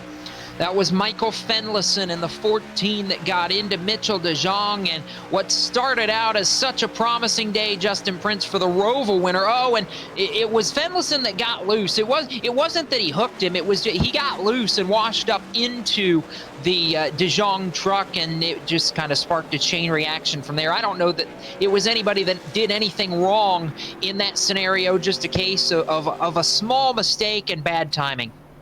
Yeah, absolutely just hard racing at that point. Just walked it up the racetrack right, unfortunately, into the quarter panel at DeJong, and ends up destroying one of the top trucks, unfortunately, of the night. So what could have been a potential back-to-back top 10s and good performances goes for naught, and more split strategy. Well, couple come down pit road under this yellow, but most of the leaders stay out in front. Brian Blackford, Dylan Blackford, Rafferty, Ryan Kuhn, a couple of others, it looks like, going to take advantage here of the opportunity to come down pit road, Ricky Springer, but at least among the top 15 or so, everybody stays out. Yeah, everybody stayed out. I mean, I don't think that tires are going to be that big of a deal, or at least overlap track position as we get to this late in the race here, coming to around 20 laps to go.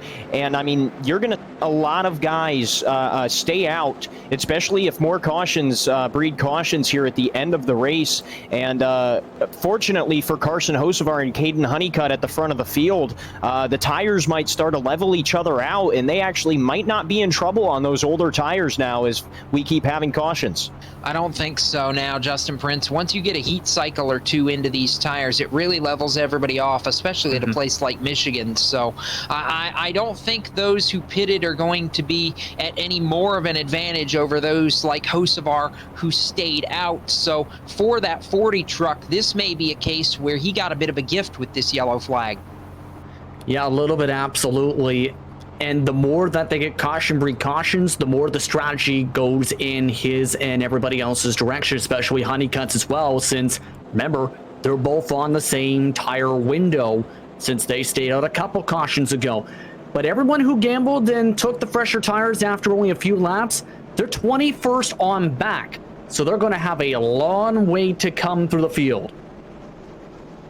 They are, and that's going to make this interesting as we cross inside now of 20 laps to go here in the Irish Hills of Michigan International Speedway. If you're counting points coming into tonight's race, it was not necessarily very tight up at the top. Ryan Doucette has held a comfortable lead over Zach Nichols in the championship standings, but around the bubble spot, it is very tight. Justin Prince, Christian Peterson set 20th coming into the night, 4 points ahead of John Furness and just 9 points up on Eddie Kerner, who had one of the biggest moments of his young sim racing career when he won $10,000 during the Landon Castle qualifying challenge last Friday, broadcast live on the iRacing Esports Network. He did an incredible job for one lap, but Kerner not bad over the long haul either. He's had 2 top 5 finishes in the first 5 races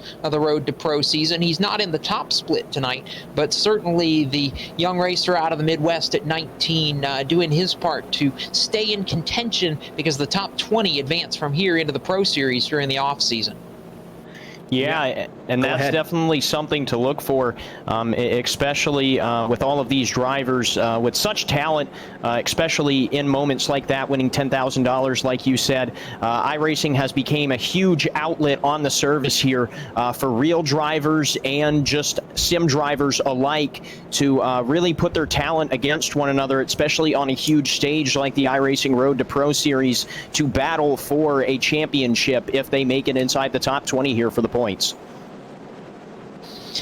So getting tipped under the caution flag, Justin, that if we get a long run to the finish, Garrett Maines feels very, very confident about his chances to run up from the top 5 and have a shot to win this race. Yeah, that truck has looked very sporty on the long run, mind you. A top 10 truck at that point of the race. It's just been the difficult part as we've seen, and that's why I think he's been so aggressive trying to hold on to the white line a lot of the times that's where the truck seems to fall off a little bit, a couple for the first 5 to 10 laps. Wouldn't be surprised to see the same, but remember, he's one of the first trucks here on the start on 4 fresh Goodyear Eagles. Many of the trucks around him are still on 4 tires, yes, but Lopez, he's on 2 as well. Yeah, and Jordi Lopez we thought might have been the fastest thing here for a while, but I question whether 2 tires on that truck, if we go green the rest of the way, might not hurt his chances potentially. Up front, however, it's 2 that did not pit the last time that most of the leaders were down pit road, and they are going to lead the field back to green. The 5 of Steven Wilson, he could be a wild card in this mix as well, trying to nail the restart. The battle's on. Green flag back in the air. 19 laps to go. Caden Honeycutt cannot get to the bottom. Steven Wilson's there, and Jordi Lopez cuts down with him. They're going to try and hang Honeycutt out to dry in turn 1. Wilson on the bottom side. Honeycutt stuck on the top side. Going through the hole as well goes Lopez. Honeycutt shuffled all the way back to P number 4 as they go side by side for P5. Side by side for 5th, down the back straightaway. Caden Honeycutt finds a way to settle in behind Jordi Lopez, and further back, it's Garrett Maines, it's Derek Justice. They're going at it for position. Maines is trying to advance, but it's all Carson Hocevar at the front of the field, though Steven Wilson is coming in a hurry. Swerving and sliding around the speedway as everybody trying to look for a gap to fall into to gain positions here, as Derek Justice now with a battle between him and Garrett Maines as they go off into turn 1, and Caden Honeycutt is around at the entrance of turn 1. Caution flag out. Honeycutt spins back up the racetrack, and from 4th place at the stripe, his race goes awry. I don't think anybody else was collected in that incident, but a tough break for Caden Honeycutt and the Friends of Jacqueline Chris Kyle Frog Foundation number 10, as the 4th caution of the night comes out with 18 laps to go. Here's a look at the replay, and man, Justin Prince, for all the strategy, Honeycutt just got tagged around by the one of Garrett Maines, and you're kind of along for the ride at that point. That's the highest speed point of this racetrack. Got absolutely lucky he didn't get hit by anybody else when he came back on the racetrack. But you see this right here. The reason Maine started going to the bottom was I think he might have thought he was going up to the top. Then he tried to come down and block a second time. It almost appeared from that angle for Honeycutt. And that's where the contact came into play there. So caution flag is out again. And once more, it's looking more and more smarter for the truck, for a couple of the trucks who stayed out. More so Hocevar now. Unfortunately, not as much now for Honeycutt.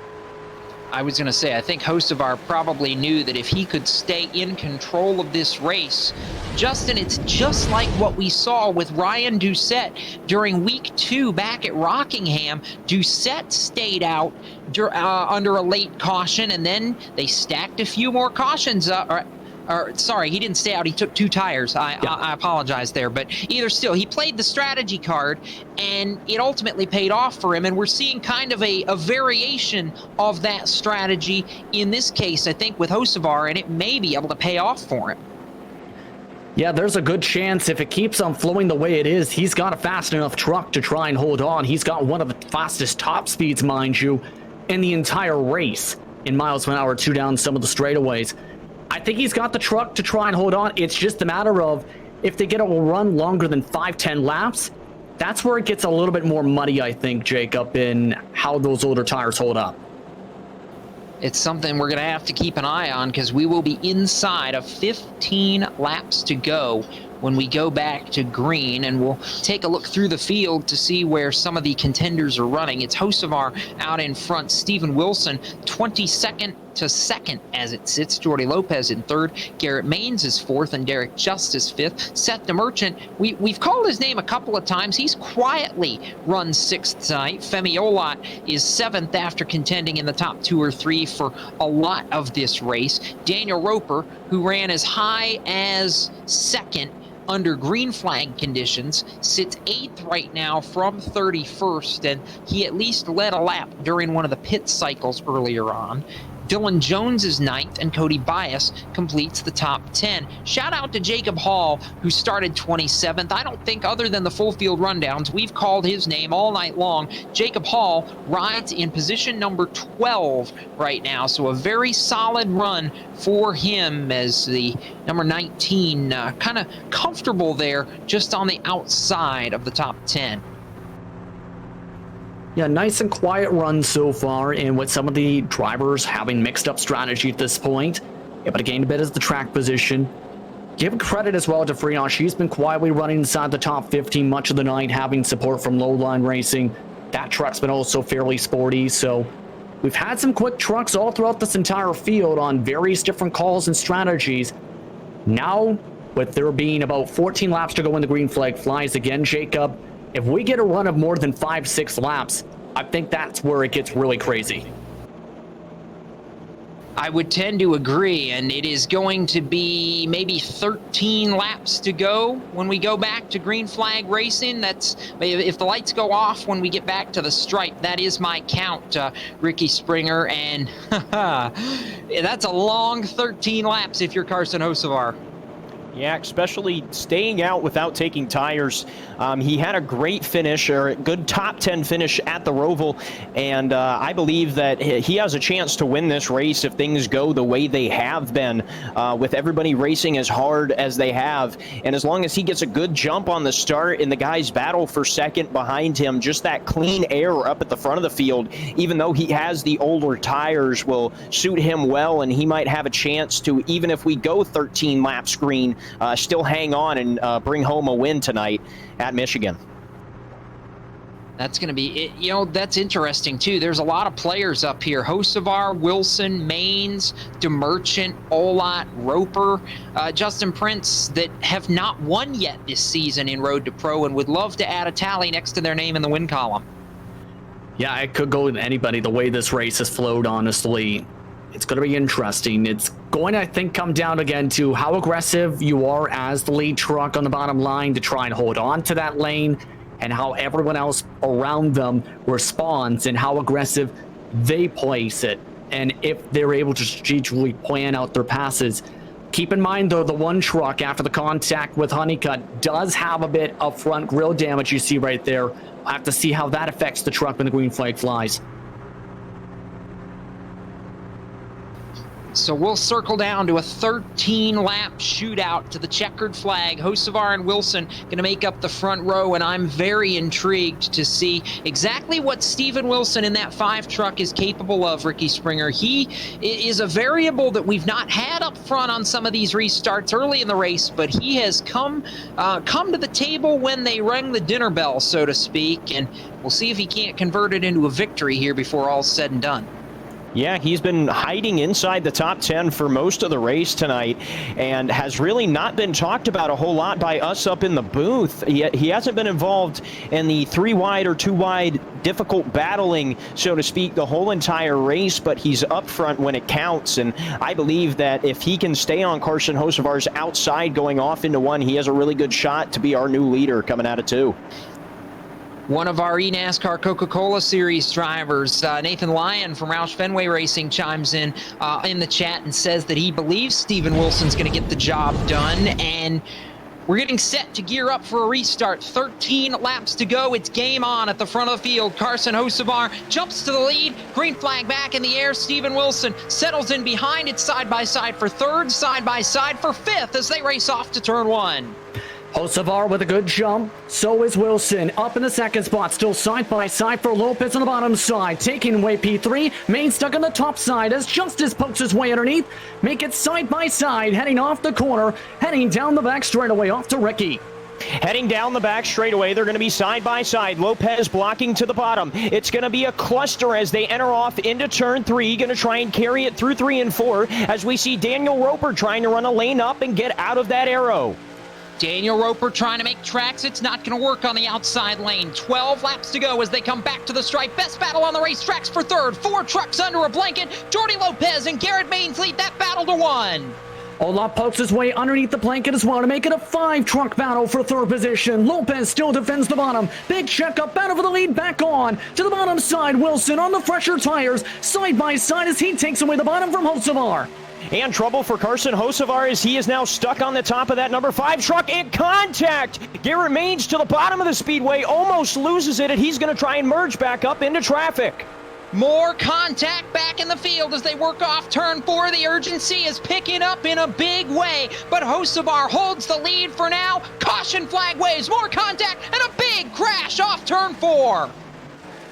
Yeah, Maines absolutely got pinballed around for a good corner and a half, all starting with that contact Ricky mentioned with DeMerchant as he tried to battle with Lopez. Mind you, Lopez and DeMerchant are teammates, and he was just about squeezed in that teammate sandwich, Jacob.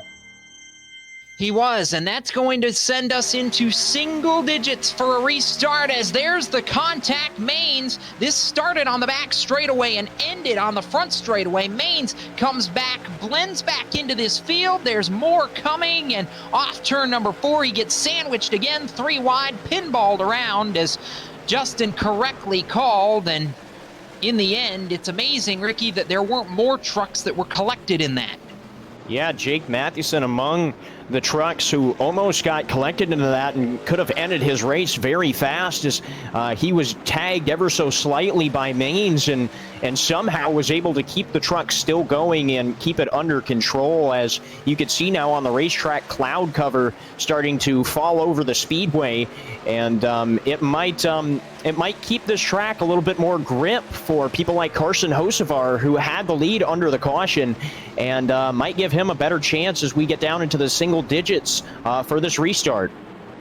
My math says it'll be about 7 laps to go when we go back green. It's Hocevar, Wilson, Lopez, Derek Justice is back up to 4th, and Femi Olot is 5th. But Justin Prince, Dylan Jones is as high as he's been all night long. We talk about Steven Wilson being at the table when it's time for dinner. Dylan Jones has done a nice job of that, up to the outside of row number 3 for this next restart. Yeah, started all the way back in 23rd position. He's been quietly running around 11th through 14th spot much of the evening. With how this race is now played out and some of the bumping and banging, there's a chance he might be able to steal some good points and coming with the top 5 is if he plays his card right. Problem's going to be, he's starting on the outside line in P6. Also keep in mind as well, he and a lot of the other drivers, if you are on older tires, guess what? You're stuck in the strategy because there's not going to be enough time to gain the track position back. No, you've made your bed. You have to sleep in it now. And for Hocevar, he showed just enough speed, Ricky, on that last restart. I think he's got a shot to be okay. It's going to come down to whether Steven Wilson, who really tonight has been, for the first 3 quarters of this race, the quiet member of the Total Advantage squad. But boy, has he really flexed his muscle down the stretch. We thought it might be, either a Femi Olot or an Alan Bose, but Wilson, the job he's done tonight to carry the banner for that team down the stretch has been nothing short of impressive. Yeah, very impressive the whole entire race. At least staying up inside the top 20 and top 10 for most of the race, and then nobody expected it from him at the end of the race for him to be able to show the kind of speed that he is showing right now as we're going to have a restart with only a few laps to go, or a handful, I should say. And it would be amazing if he could pull off a win in that Toyota Tundra. Definitely showing the speed, like I said, and he's definitely got his work cut out for him, especially with Carson Hocevar having those older tires. We're going to slide in one more quick break here. When we come back, it'll be the restart and the finish from Michigan International Speedway. This is Podium Esports coverage of the eNASCAR iRacing Road to Pro.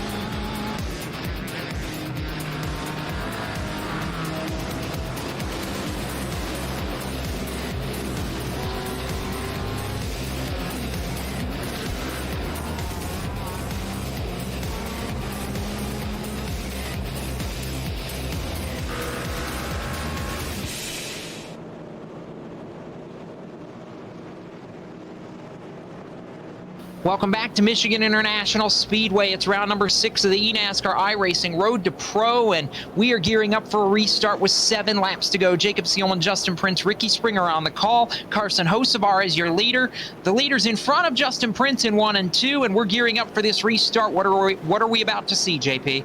I think we're going to see a lot of craziness and a lot of drivers trying to swerve their way to the bottom of the racetrack right as they come off right here off turn 2 and protect that bottom. As we've seen tonight, if you're stuck even on the middle line for even 1 second on corner entry, you are a sitting duck. By the time they get off towards Ricky in turn number 3, if they're still on the bottom, though, it can get very dicey by the time they roll through that part of the track, Ricky. Yeah, and it can get dicey indeed, as we'll see a lot of guys almost go below that white line, as there are no boundaries at Michigan Motor Speedway. Anything that's paved is a place you can go. So we could even see guys upwards of 3 and 4 wide down the back straightaway below that white line, battling for position here. Double stacked as we get set for the restart. 93 complete at the line. It'll be 7 laps to go. Hocevar and Wilson, row 1. Jordy Lopez, Derek Justice, row 2. Femi Olat, Dylan Jones, Cody Bias, Seth DeMerchant. That's the first 4 rows as the pace car heads for pit road. And we come back to the green flag one more time. 7 laps, 14 miles to settle it. And the big jump on that restart, not for Hocevar, but for Jordy Lopez. The 44 side by side for second and 1. Lopez takes away the bottom, entering turn 1, keeps it side by side with Wilson. Justice looks to follow the conga line. Famiola also looking to pounce. Lopez still side by side for second, coming down the back straightaway. Jordy Lopez shot out of a cannon down the back straightaway as he's going to be side by side with Steven as they're going to try and enter down into turn 3. Carson Hocevar still with the lead, and Derek Justice looking for that position in third. This is exactly what Hocevar needs. He needs them to battle and not be able to focus on him all the way to the apron. Almost 4 wide comes Dylan Jones up to the top 5. They race 5 laps to go next time by, but it's now Jordy Lopez on the back. Car hard in the wall. Crash entering turn 1. Cody Bias gets turned. They collect and crash about 6 more trucks behind. Caution flag waves at lap 95. Bias bouncing his way down the banking, DeMerchant in it. LaPrade also involved in the incident, as well as a couple other trucks.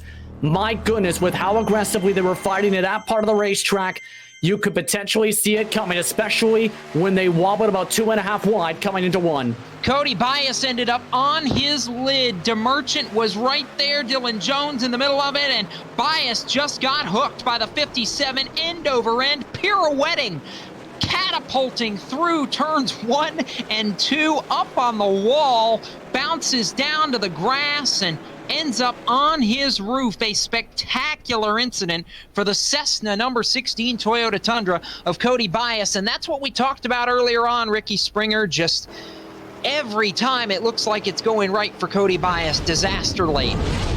Yeah, and that was one of those situations where it's so late in the race that everybody's looking for the same position on the track, and sometimes you think you have more room than you do, or you just want to get down to the bottom and just contact is made, and it's a bad time for somebody on the other side of that, and unfortunately it was Cody Bias there.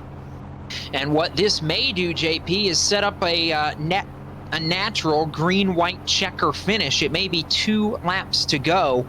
And unfortunately, a crash like that also looking like it could easily spell the end of Cody Bias's hopes at making a run at this Pro Series, because now that's just one more strike of bad luck, and with 6 races down and 8 races to go, it's tough to rally back at this point in the season. Yeah, already wishing his fellow competitors good luck, in fact, for drivers in text form for tonight's Road to Pro event. It's going to be very, very difficult. A couple incidents, you may be able to recover with the drop week factored in. Multiple in a row, that's basically a death spiral for your championship hopes and dreams, or even a chance to make it into the top 20. You cannot afford to really get into more than 1 or 2 incidents that have terminal damage an entire season. Having more than that, you're done. So lights remain on this time by. Should they go off next time by, it will be 2 laps to settle it. And Carson Hocevar maybe has played the strategy to perfection, Ricky Springer. I think the one thing that he was hoping wasn't going to happen is now about to play out, because he is going to have perhaps the most motivated driver in this field on his outside to his right flank for this restart in Jordy Lopez. Yeah, Jordy, he wants to win. After missing a couple of races here at the beginning of the year, he wants to win. He wants to go out there and almost secure himself a spot in the Pro Series, and he wants it.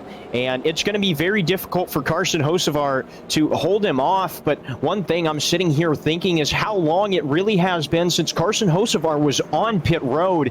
And if he had even taken fuel the first stop, as it looks like he might fake to be in pit road. No, just going down to the apron there. But if fuel could be an issue for Carson Hocevar as we get ready to take the green here in just a couple of laps. I think we've had enough cautions that, you know, I can't see it being an issue. I don't know. They pitted, what, Justin, with 34, 35 to go, and we've had a bunch of caution laps there where it's almost 2-to-1 caution versus green flag laps. So I can't imagine that fuel would be a serious issue for that 40. No, I don't think it's going to be an issue for anybody, in fact, in the field at this point. As talked about the most, about 45 laps.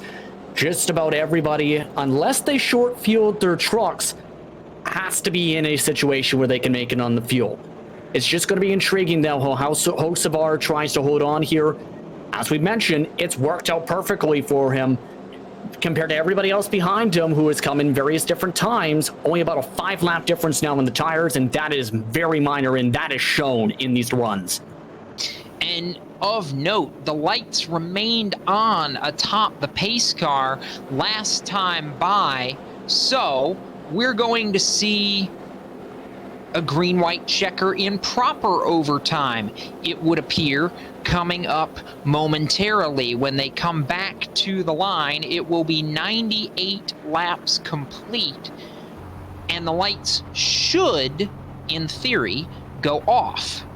Hocevar, Lopez, Wilson, Justice, and Femi Olat, the front 5, and I'm not convinced who in that front 5 is most likely to win this race. Hocevar's played the strategy the right way, but will he have the speed and the luck over 4 miles to make it happen? Lights off atop the pace car. Justin Prince, it's going to be an overtime finish. We're going at least 1 extra lap here at Michigan International Speedway. Call your shot. Who ends up in victory lane? Well, based on what we've seen so far, I think it's going to come down to a last lap move or a last lap block or a last lap pass. Honestly, Wilson might be if he plays his cards right, might be able to do it. It's going to be difficult, but I'm calling, I think Wilson will be the man who comes away with the victory. Ricky Springer, same question to you as they work off turn 2 and they'll head towards your purview in your perch there in turn number 3. Who do you like? I mean, he hasn't been exactly as fast as he was in the earlier goings of the race, but I'm going to have to go with Derek Justice. I think he's saving something for these guys. I think he's been buying his time, knowing that the cautions were going to come, and I think he's going to absolutely fly here after this restart, and I think we'll see him in victory lane, if not inside the top 3 by the time this race finishes out. If Justice wins this race, he's going to have to basically work with Lopez, and that outside lane's going to have to roll. I don't see any position. If he falls to 3rd in the bottom behind Steven Wilson, I don't see any way that Justice wins this race unless they start crashing in front of him. But we're about to find out. It's going to be 2 laps to settle it. 101 is going to be the extended distance if we go green here as the pace car heads for pit road. Carson Hocevar leads the field down, gets a good jump. Green flag back in the air. Steven Wilson works to the inside, tries to repay the early favor from the restart before on Jordi Lopez. Side by side, heading off into turn 1, bottom side, Wilson tries to get clear of the driver on 2 tires. Yes, indeed, gets clear coming out of turn 2. Has 1 truck ahead of him in victory. Carson Hocevar liking what he's seeing as a truck spins to the back, and it's going to bring out a caution. Another green-white checkered we're going to see here at the Michigan International Speedway as Carson Hocevar hating to see those cautions and is going to have to do it all over again. It was Will Norton in the middle of the back straightaway among those, and they were 4 wide. Justin Prince coming off turn 2. There's a lot of space to go 4 wide, mind you, at Michigan. It's just when you have multiple trucks having to let off the gas with how tight it can get on corner exit, that just bottlenecks you. Keep an eye right there. Norton, the white and red truck on the bottom side, has to check up hard for his teammate, and then they just start bottlenecking and bouncing their way right on down to his right front fender, comes across the nose of Axum, Bye-bye race truck, and second GWC time. There's a maximum of 3, so again, we don't believe fuel's going to be an issue simply because of how many caution laps we've had in these last 20, and they pitted with 34 laps to go in regulation, so I think we're okay for the moment, Ricky Springer, but right now, Carson Hocevar's thinking, yeah, keep wrecking, run this out 2 more times. That's going to be how I can win this race. You know, unfortunately, I don't believe he's thinking like that. I think he's more along the lines of, we should have gone that last time green, as he had a 2-car length lead entering turn 3 when the caution came out. And I don't know really what his mindset is going into another green-white checkered attempt and possibly one more after this.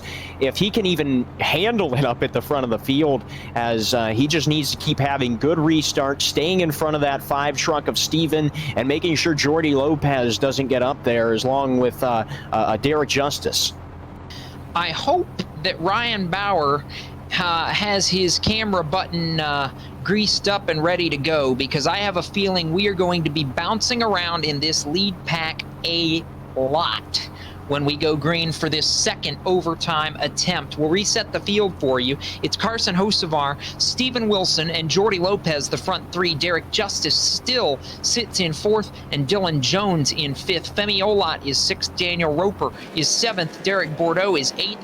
Brian Mercurio is 9th, and Donovan Strauss, after that spin, JP, that dropped him from 5th back outside the top 25, has rebounded all the way to 10th, along with Caden Honeycutt, who's rebounded from his issue not 20 laps ago back to 12th.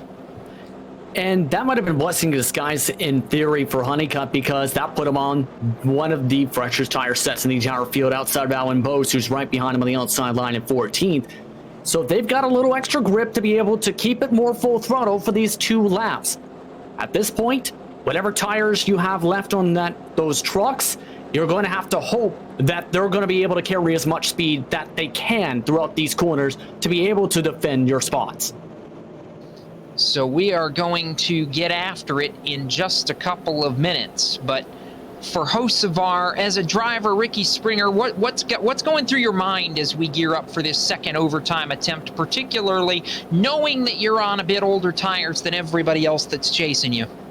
I mean, I would definitely do something with the restart here. You can't have the generic restart. You can't go on green. You can't go on the pace car. You got to mix it up. You got to have that advantage of going off into turn 1. You don't have a truck on your outside, and I feel that Carson Hocevar definitely is good at starts like that, and I feel he has the talent level to be able to do that into turn 1, but really he just needs to block the last couple of laps during a green-white checkered to be able to be the victor here at the Michigan Speedway. And how big would it be for the Nice Motorsports Gander RV and Outdoors Truck Series driver in that Carolina SimWorks Chevrolet Silverado, Justin? You know, we've talked about it, and we know that Hocevar is gearing up for about 9 races later this season. Of course, everything in real life thrown a little bit askew right now with the current global health pandemic, but boy, what a statement this would be for a driver hoping to make a splash in real-world NASCAR action later this season if he can top a field as talented as this one here in iRacing tonight with a big Road to Pro victory. I think he'd absolutely be pumped up if he can come away with a victory in this one. He's, mind you, a very big sim racer for the past few years. Big on the short track scene as well, and runs his own short track events on the iRacing service. We're seeing some of that talent again tonight. He's always been quick at any single track. Usually a top 5 driver whenever you're in the NASCAR iRacing Series' open runnings, which is the 50% cup races. He's showing that transition to Road to Pro this season. He's been very impressive. Field starting to double up as we get set for double overtime here at Michigan International Speedway. Again, we will try for 2 laps and 4 miles to the finish, as it looks like if we can pull it off this time, it will be 106 laps. So we'll go 6 laps beyond the scheduled distance, and if we need it, there is the potential for a 3rd overtime attempt. This is overtime number 2 of 3, and we hope it'll be the final overtime, because we hope they can get back to the checkered flag, or at the very least the white flag. So once the leader takes the white flag, that's the big thing. Once the white flag is displayed, there is no caution. It will come back to checkered no matter what. So that is a big thing to keep an eye on for Carson Hocevar, Steven Wilson, and all those challenging at the head of the field as they work down the back straightaway and head toward turn number 3, with a couple of new players now up inside the top 10 as we work into the final laps. That's going to make it interesting, but these front 4, I believe, are the ones who are going to be left to battle it out for the win. Hocevar, can he do enough to hang on? We're about to find out. Wilson and Lopez are going to try and challenge, and can Derek Justice become a multiple winner this season? 2 laps to glory as the pace car's off. Hocevar on the jump. Green flag back in the air, and Steven Wilson times it in perfectly to settle in right behind the 40 as they race to 1.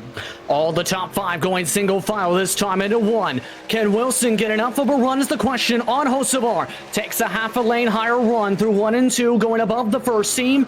Blocking behind is Justice for 4th spot. Here comes the run down the back straightaway as Olot tries to go for 4th, but the lead's up for grabs. Schill side by side heading off into turn 3. Hocevar defending hard on the bottom side. Here comes Wilson for the diamond. Off turn 4, they're coming to the white flag. Here comes Steven Wilson. He's got the run on Hocevar. White flag in the air as they come back to the line. They make contact. Here comes Steven Wilson. He'll lead it at the white flag by a half truck length. Hocevar's gotten shuffled. Jordy Lopez is there. The crossover to 1.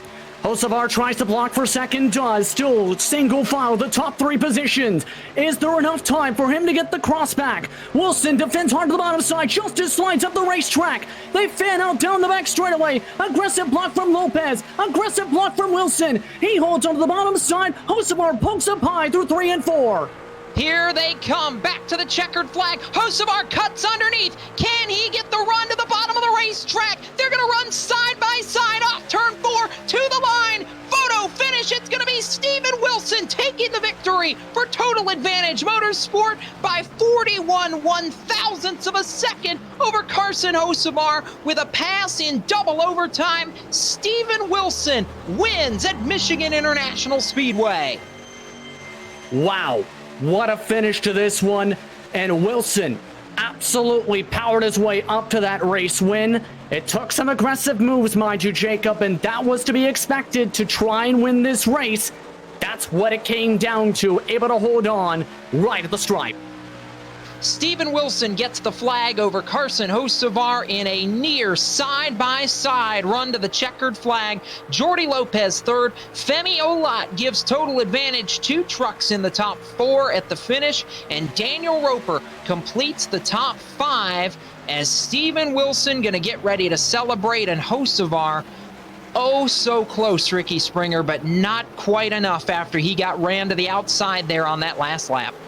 Yeah, so unfortunate to see that for him. He had such a fast truck, but I think we saw there on that last restart, especially after we got more than 1 lap for a green-white checkered, that he just couldn't hang with the tires, especially being so much older. We thought they would even out, but to me it just looked like he didn't have quite the grip level that everybody else had to keep the car on the bottom of the speedway and be able to contend side by side through the corners.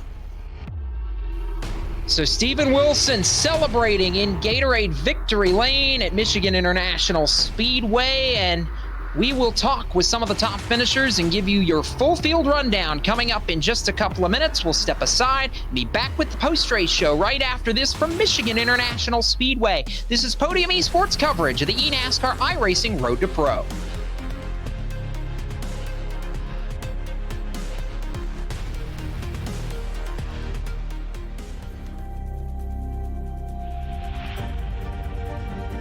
Coming up to the line, being chased, and it was Braden Johnson.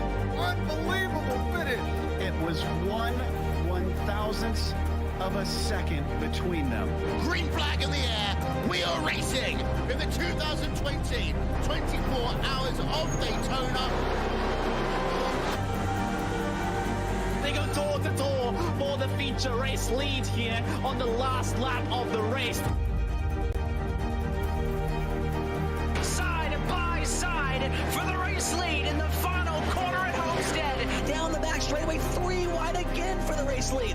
This is unbelievable stuff here tonight. Loma is going to have to be very deep on the brakes, and he is very deep on the brakes. It's side by side through the corner. This is for the win. It'll be side by side. Davies low, Ottinger high. To the very inside is Garrett Lowe. 4 wide at the stripe.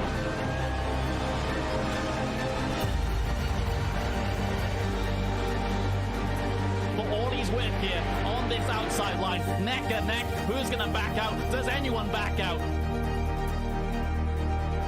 Verstappen starts to squeeze on the inside, and now he'll try and straight line it. Goes under the apron. Drag race to the line. It's so close to call.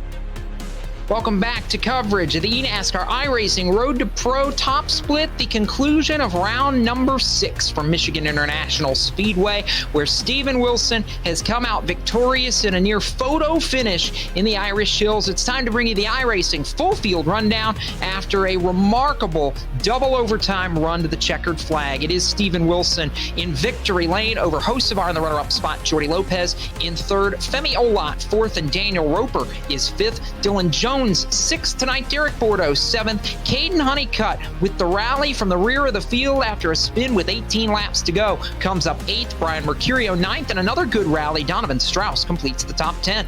11th spot tonight goes to Ryan Kuhn, all the way back from 32nd position on the starting grid. Didn't put in a qualifying time. Alan Bowes gets up to 12, plus 12 for him. Brian Blackford recovers after he tried the early pit strategy on the green flag run to 13th. Derek Justice with a massive save off turn 2 falls back to 14th, with Axum up to 15th after being dead last Charlie for the start of tonight's race. Matheson drops to 16th after an 8th place starting position. Second row, bottom lines, Ryan Doucette all the way back to 17th. Fenlison all the way back to 18th. Blake Neer had a spotter walk away for the final restart, finished 19th. And Braden Bolos rounds out the top 20. 21st tonight was Dylan Rafferty, Will Norton 22nd, 23rd to Brandon McKissick, Garrett Maines is 24th, 25th Andrew Freenage, Jacob Hall was 26th, Brian LaPrade 27th, Cody Bias was 28th, Seth DeMerchant 29th, and Patrick Mallett was 30th, Mitchell DeJong 31st, 32nd to Casey Tucker, and Jarrett Liebert in 33rd. That is a look at the iRacing full field rundown, and we'll hear from some of our top finishers in just a moment, but before we do that, Justin Prince, I think we knew it was going to get exciting. It was more than that over that final 4 miles. Yeah, absolutely. It was handled perfectly by the top drivers. Hocevar knew the importance of blocking the bottom. But at the same time, Wilson knew one of the main things you can do with the fresher tires, try and diamond the corner. That's what he did to build up all that momentum that set up the race-winning pass coming through the front straightaway before coming away with the checker flag the next time around. It was played perfectly right down to the tee, I think, by Wilson tonight. But you have to give credit still for Hocevar for holding on some of the oldest tires in the field for as long as he did up at the front. And now in victory lane, joined by tonight's race winner, Steven Wilson, in a finish where we knew you were going to make the move, but how tough was it, Steven, to time that move on that second overtime attempt to be able to get the job done and then hold Hocevar's run off the final corner? Oh, well, yeah, I thought about that move like we were cautioned almost every lap for the last 15 or so, I'd say. And I definitely was thinking about if I was in second, how I would do it. And, you know, it took a lot of thoughts and it worked out pretty well. I had a big enough gap behind me to third to where I could time it to where I could get the run off. And I knew he was on old tires, so he would struggle to turn down in front of me. And same thing with the last lap. He's on old tires, so he has to work harder to get it down. And I knew the bottom when I tried to pass him earlier. I got a terrible runoff when I tried to do it earlier, so I knew he wouldn't have that big of a run, and I didn't have to worry about it. know you were one of those that was on fresher tires than Hocevar. Did you feel like that call and being able to have the slightly fresher rubber, was that a difference maker down the stretch? Definitely think it was big to make that move because the bottom, if you have to like turn the wheel, it's all about the speed down the straightaway, trying to, not to lose too much momentum and trying to keep that up. So if you have fresher tires, you don't have to work it as hard and you can put it in whatever line you need to easier. For you, I know you've been close. How big is a run like this, not just for you as a driver, but really this is a big moment in Top Split for Total Advantage as well. I know you guys have come on strong, and to be able to park it in victory lane tonight has to feel good. Oh yeah, this is huge. I've had, other than Homestead at 15th, I think, I've had my worst finish is 6th. So it's just incredible how the speed that we've had, and it's just incredible that we're finally able to bring in a win. And also we finished 4th, and Alan Bowes came from unfortunate circumstances and he got back up to 12th. So we're just proud to finally bring it home, and we had a good piece. Proud to show it. I know there's a lot of thank yous and certainly people that helped make it happen, Stephen. We want to give you a chance to shout out to them after a big victory in the Irish Hills. Who do you need to thank? Obviously going to thank Total Advantage, all those guys. Landon Huff, he put this deal together for all of us. And I'd like to thank Colin Keister, Houston Hammer, their work on the set. That's big, that's huge, that gets us where we are. I'm pretty sure through all the splits tonight, I've seen at least 3 of us won. So, it was clearly a very good piece, and I'd like to shout out everybody that put work on it and everybody in testing. And yeah. That's Stephen Wilson, who takes home the spoils of victory tonight at Michigan International Speedway. We'll throw it down to the driver he just edged out ultimately to grab the victory. Justin Prince is going to stand by with tonight's runner-up in Carson Hocevar. Yes, indeed. He joins us in the broadcast booth. First things first, Carson. 5-lap older tires, the rest of the drivers coming to that final GWC. Talk us through your perspective trying to hold on for the race win. For sure. I mean, it was tough to hold those guys off. I knew going into it was going to be tough, but I just wanted to kind of determine my own fate, have control on the restarts, and just be able to block and have, I knew somebody was going to stay out, so I wanted to be ahead of that and just let them do the blocking for me.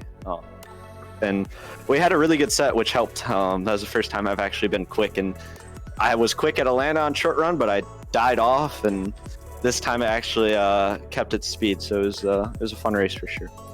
How intense was it, though, that battle for the lead and trying to hold on? Because it seemed once we got the first caution flag, the intensity meter almost picked up for anyone who was up at the front, with more drivers being more aggressive to hold on to that bottom line. Yeah, I mean, every single caution from I think it was 27 to go, the intensity just kept getting picked up because you knew there was 5 less laps with these yellows that you weren't going to have time to do anything. And I was talking to Steven on PMs and stuff, and we were both, you don't have to win the series, you just got to finish top 20. So we were just trying to, keep our cars intact and still race each other for the win. And, we both kind of said we're not going to do anything stupid here, but he had better tires and was able to turn under me, and I tried to do the same thing back and just didn't have the grip level as him. Indeed. What you mentioned as well, the improvement in terms of the truck for the long run pace. How much work was put in to try and make sure you had the pace that you did tonight to keep that track position, because you were constantly a top 3 truck from the drop of the green flag? Yeah, it was tough. A bunch of guys put in a lot of work. I put in a lot of work, but just driving, it was one of the first times I've had a group of guys to be able to work on stuff with, and they all did an amazing job. And it just allowed me. I've been working pretty much as the set builder and driver, so this was the first time I was able to kind of sit back and just do tweaks and kind of work on my race car itself, and really work on my driving to learn this new tire. And it was definitely beneficial, for sure. Mm-hmm. Now, real quickly as well, rear world racing back, how does it feel to be having the chance to go back on the rear world track in the next few days? I'm pumped, but I'm still 17, so I can't run mile and a half yet. So NASCAR's got to get some short tracks going. soon. But this has been fun too. It's obviously I live in Michigan. I don't get a chance to go work on stuff in North Carolina yet with lockdown and whatnot. So to be able to kind of work on it virtually here and try to improve it and be on the trucks and have a chance to race against such big competition, it's been a good time.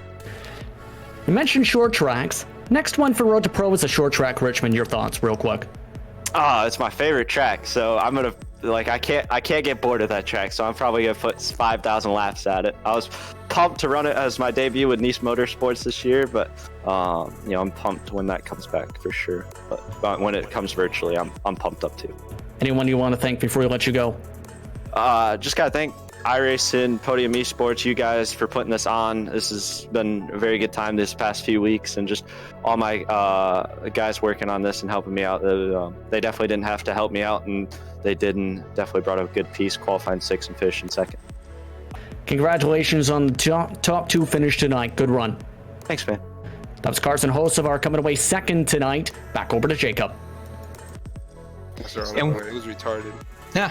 We bring Jordy Lopez up to talk with us now after a 3rd place finish. Jordy, solid run for you, and one of those where you sit back and you needed a rebound run, that's for sure.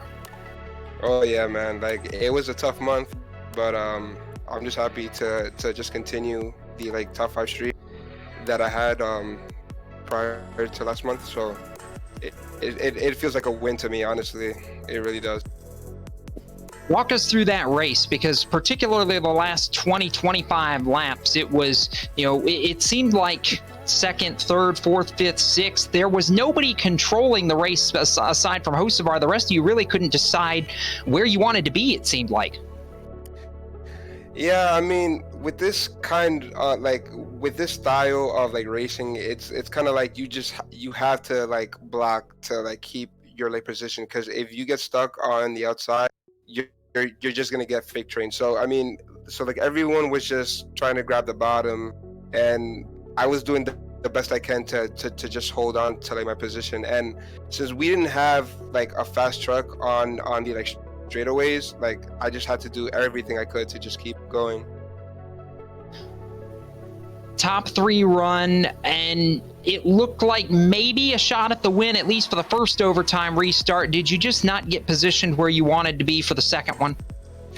Yeah, I was trying to time that start to get under Steven, but he had a way better start than me, and he was able to clear me before we even got to the checkered.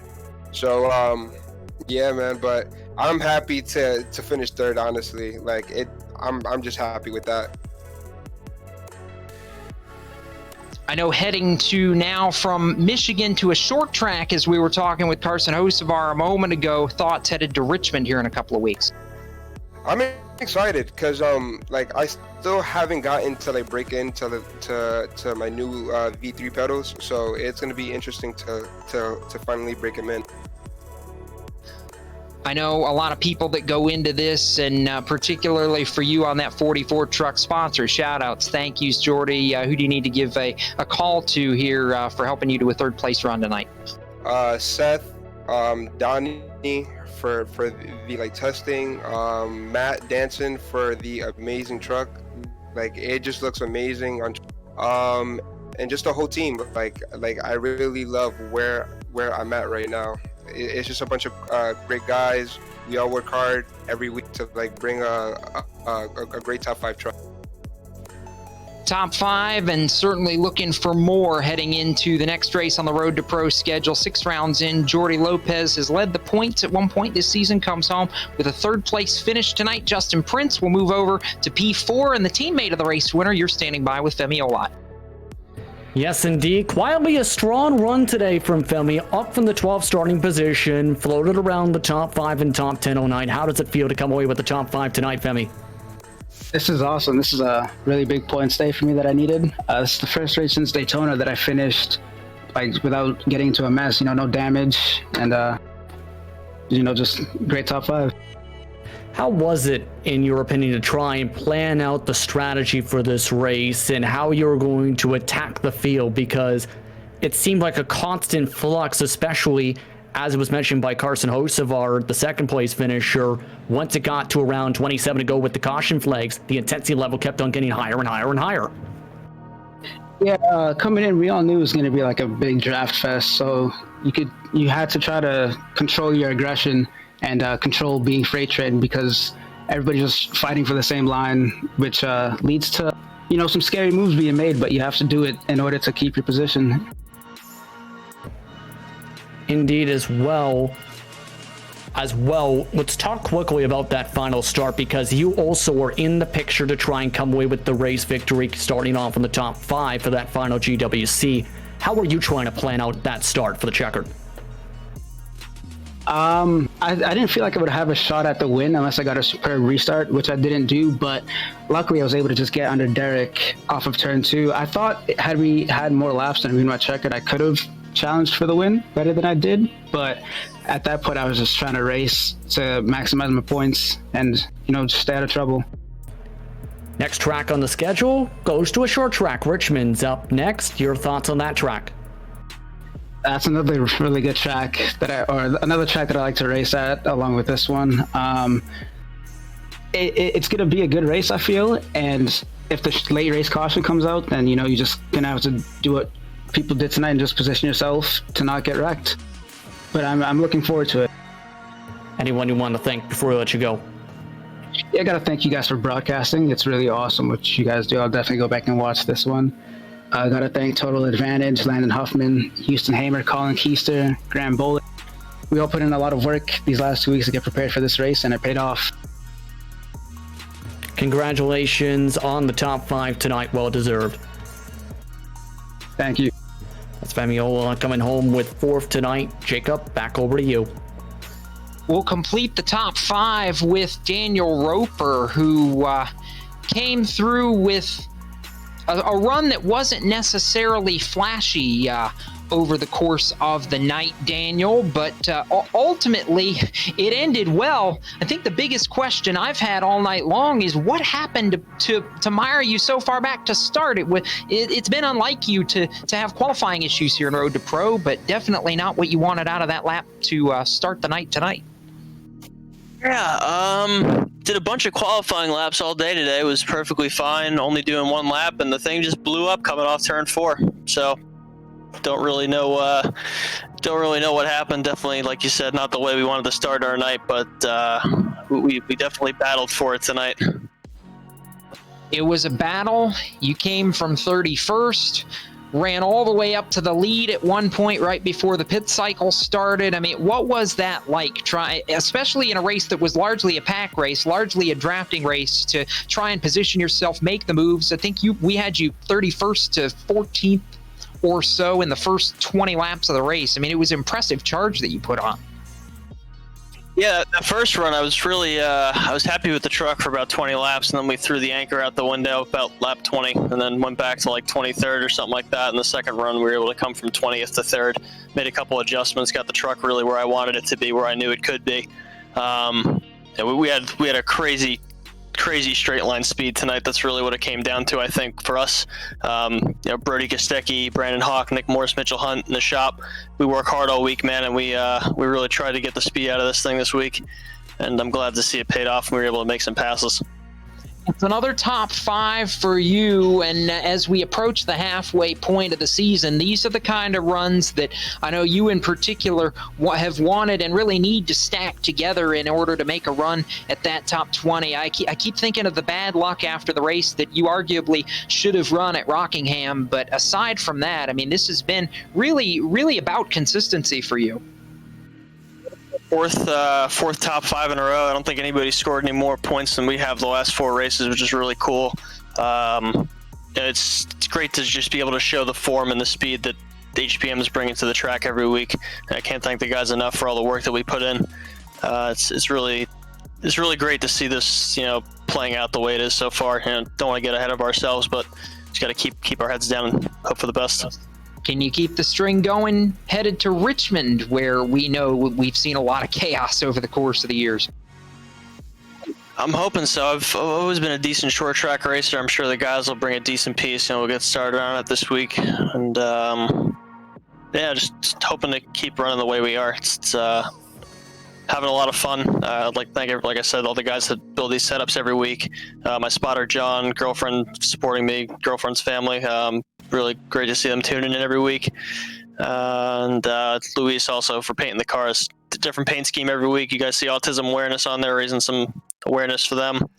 And also John Dragonetti's girlfriend. She'll continue to be on the car. If you hadn't pointed it out, Daniel, I was actually going to say there's a couple of us at Podium that want to say thank you for running the autism awareness scheme during this race, because there are several connections to the Podium family that are on the spectrum. So from all of us here at Podium Esports, thank you for that, and congratulations on a top 5 run. We'll see if we can't go 5 in a row and talk to you again here in a couple of weeks at Richmond. Get the broadcast. Have a good night. That's Daniel Roper, who completes the top 5 here after a wild race at Michigan International Speedway. Ricky Springer, I turn to you first to absorb a little bit out of your first broadcast with us here on Road to Pro. If you wanted action going into it, we gave it to you. Takeaways from this one and thoughts headed into a couple of weeks from now when they go from one of the largest tracks on the schedule to one of the smallest tracks on the schedule. Yeah, that race was filled with so much action from the beginning of the race, everybody spreading out a little bit and kind of seeing what the guys had for a long run, to the cautions that bred more cautions at the end of the race, and just a lot of close racing along with the blocking and the draft. It was very big to be in that draft. We saw with Thomas Axum falling out of it earlier in the race that, it was there. It just was very hard to see during that first run, but it was an action-packed race. I enjoyed being up here with you guys. And, Richmond should be a great race as well. Justin Prince, it was a wild one, but I think at the end of it, we've seen yet again that the cream rises to the top when the points are on the line at the end. And Steven Wilson really put together a run to be proud of. And I think what we saw tonight as well is Landon Huffman's Total Advantage Motorsports group really position themselves with the right people to be contenders as we work into the second half of the season, that's for sure. Yeah, they have definitely played their cards perfectly for how they wanted to approach the run towards Road to Pro. Yes, their owner, Landon Huffman, he's got a long trek, mind you, since he missed his first races, but the drivers he has a part of his group, they are definitely some of the best you can have for drivers trying to make it up to the pro level. And what they have been doing the past few weeks has been stellar. Now we'll have to see, though, how the speed carries over to Richmond. And mind you, that is a wild card, Jacob, because of how crazy the short track races can be and how aggressive some drivers are going to be at that track. Aggression is going to be the better part of valor, or is it, when we head to Richmond in a couple of weeks? Those are questions that we will answer on June the 9th at 9 p.m. Eastern when the eNASCAR iRacing Road to Pro returns from the 3/4 mile Richmond Raceway. As we look ahead to a couple of more events this week in the iRacing and Podium Esports orbits. Thursday night at 8 p.m. Eastern, it's the finale of the Icebox Pickup Throwdown iRacing Truck Series from Homestead Miami Speedway on the Podium Esports Twitch channel and Eric E. Steps Out of the Groove YouTube channel, as well as Saturday at 4 p.m. Eastern, the International Sim Racing Challenge from Road America, pitting the Porsche Club of America against the Porsche Club of Great Britain. You can find that on the iRacing Esports Network.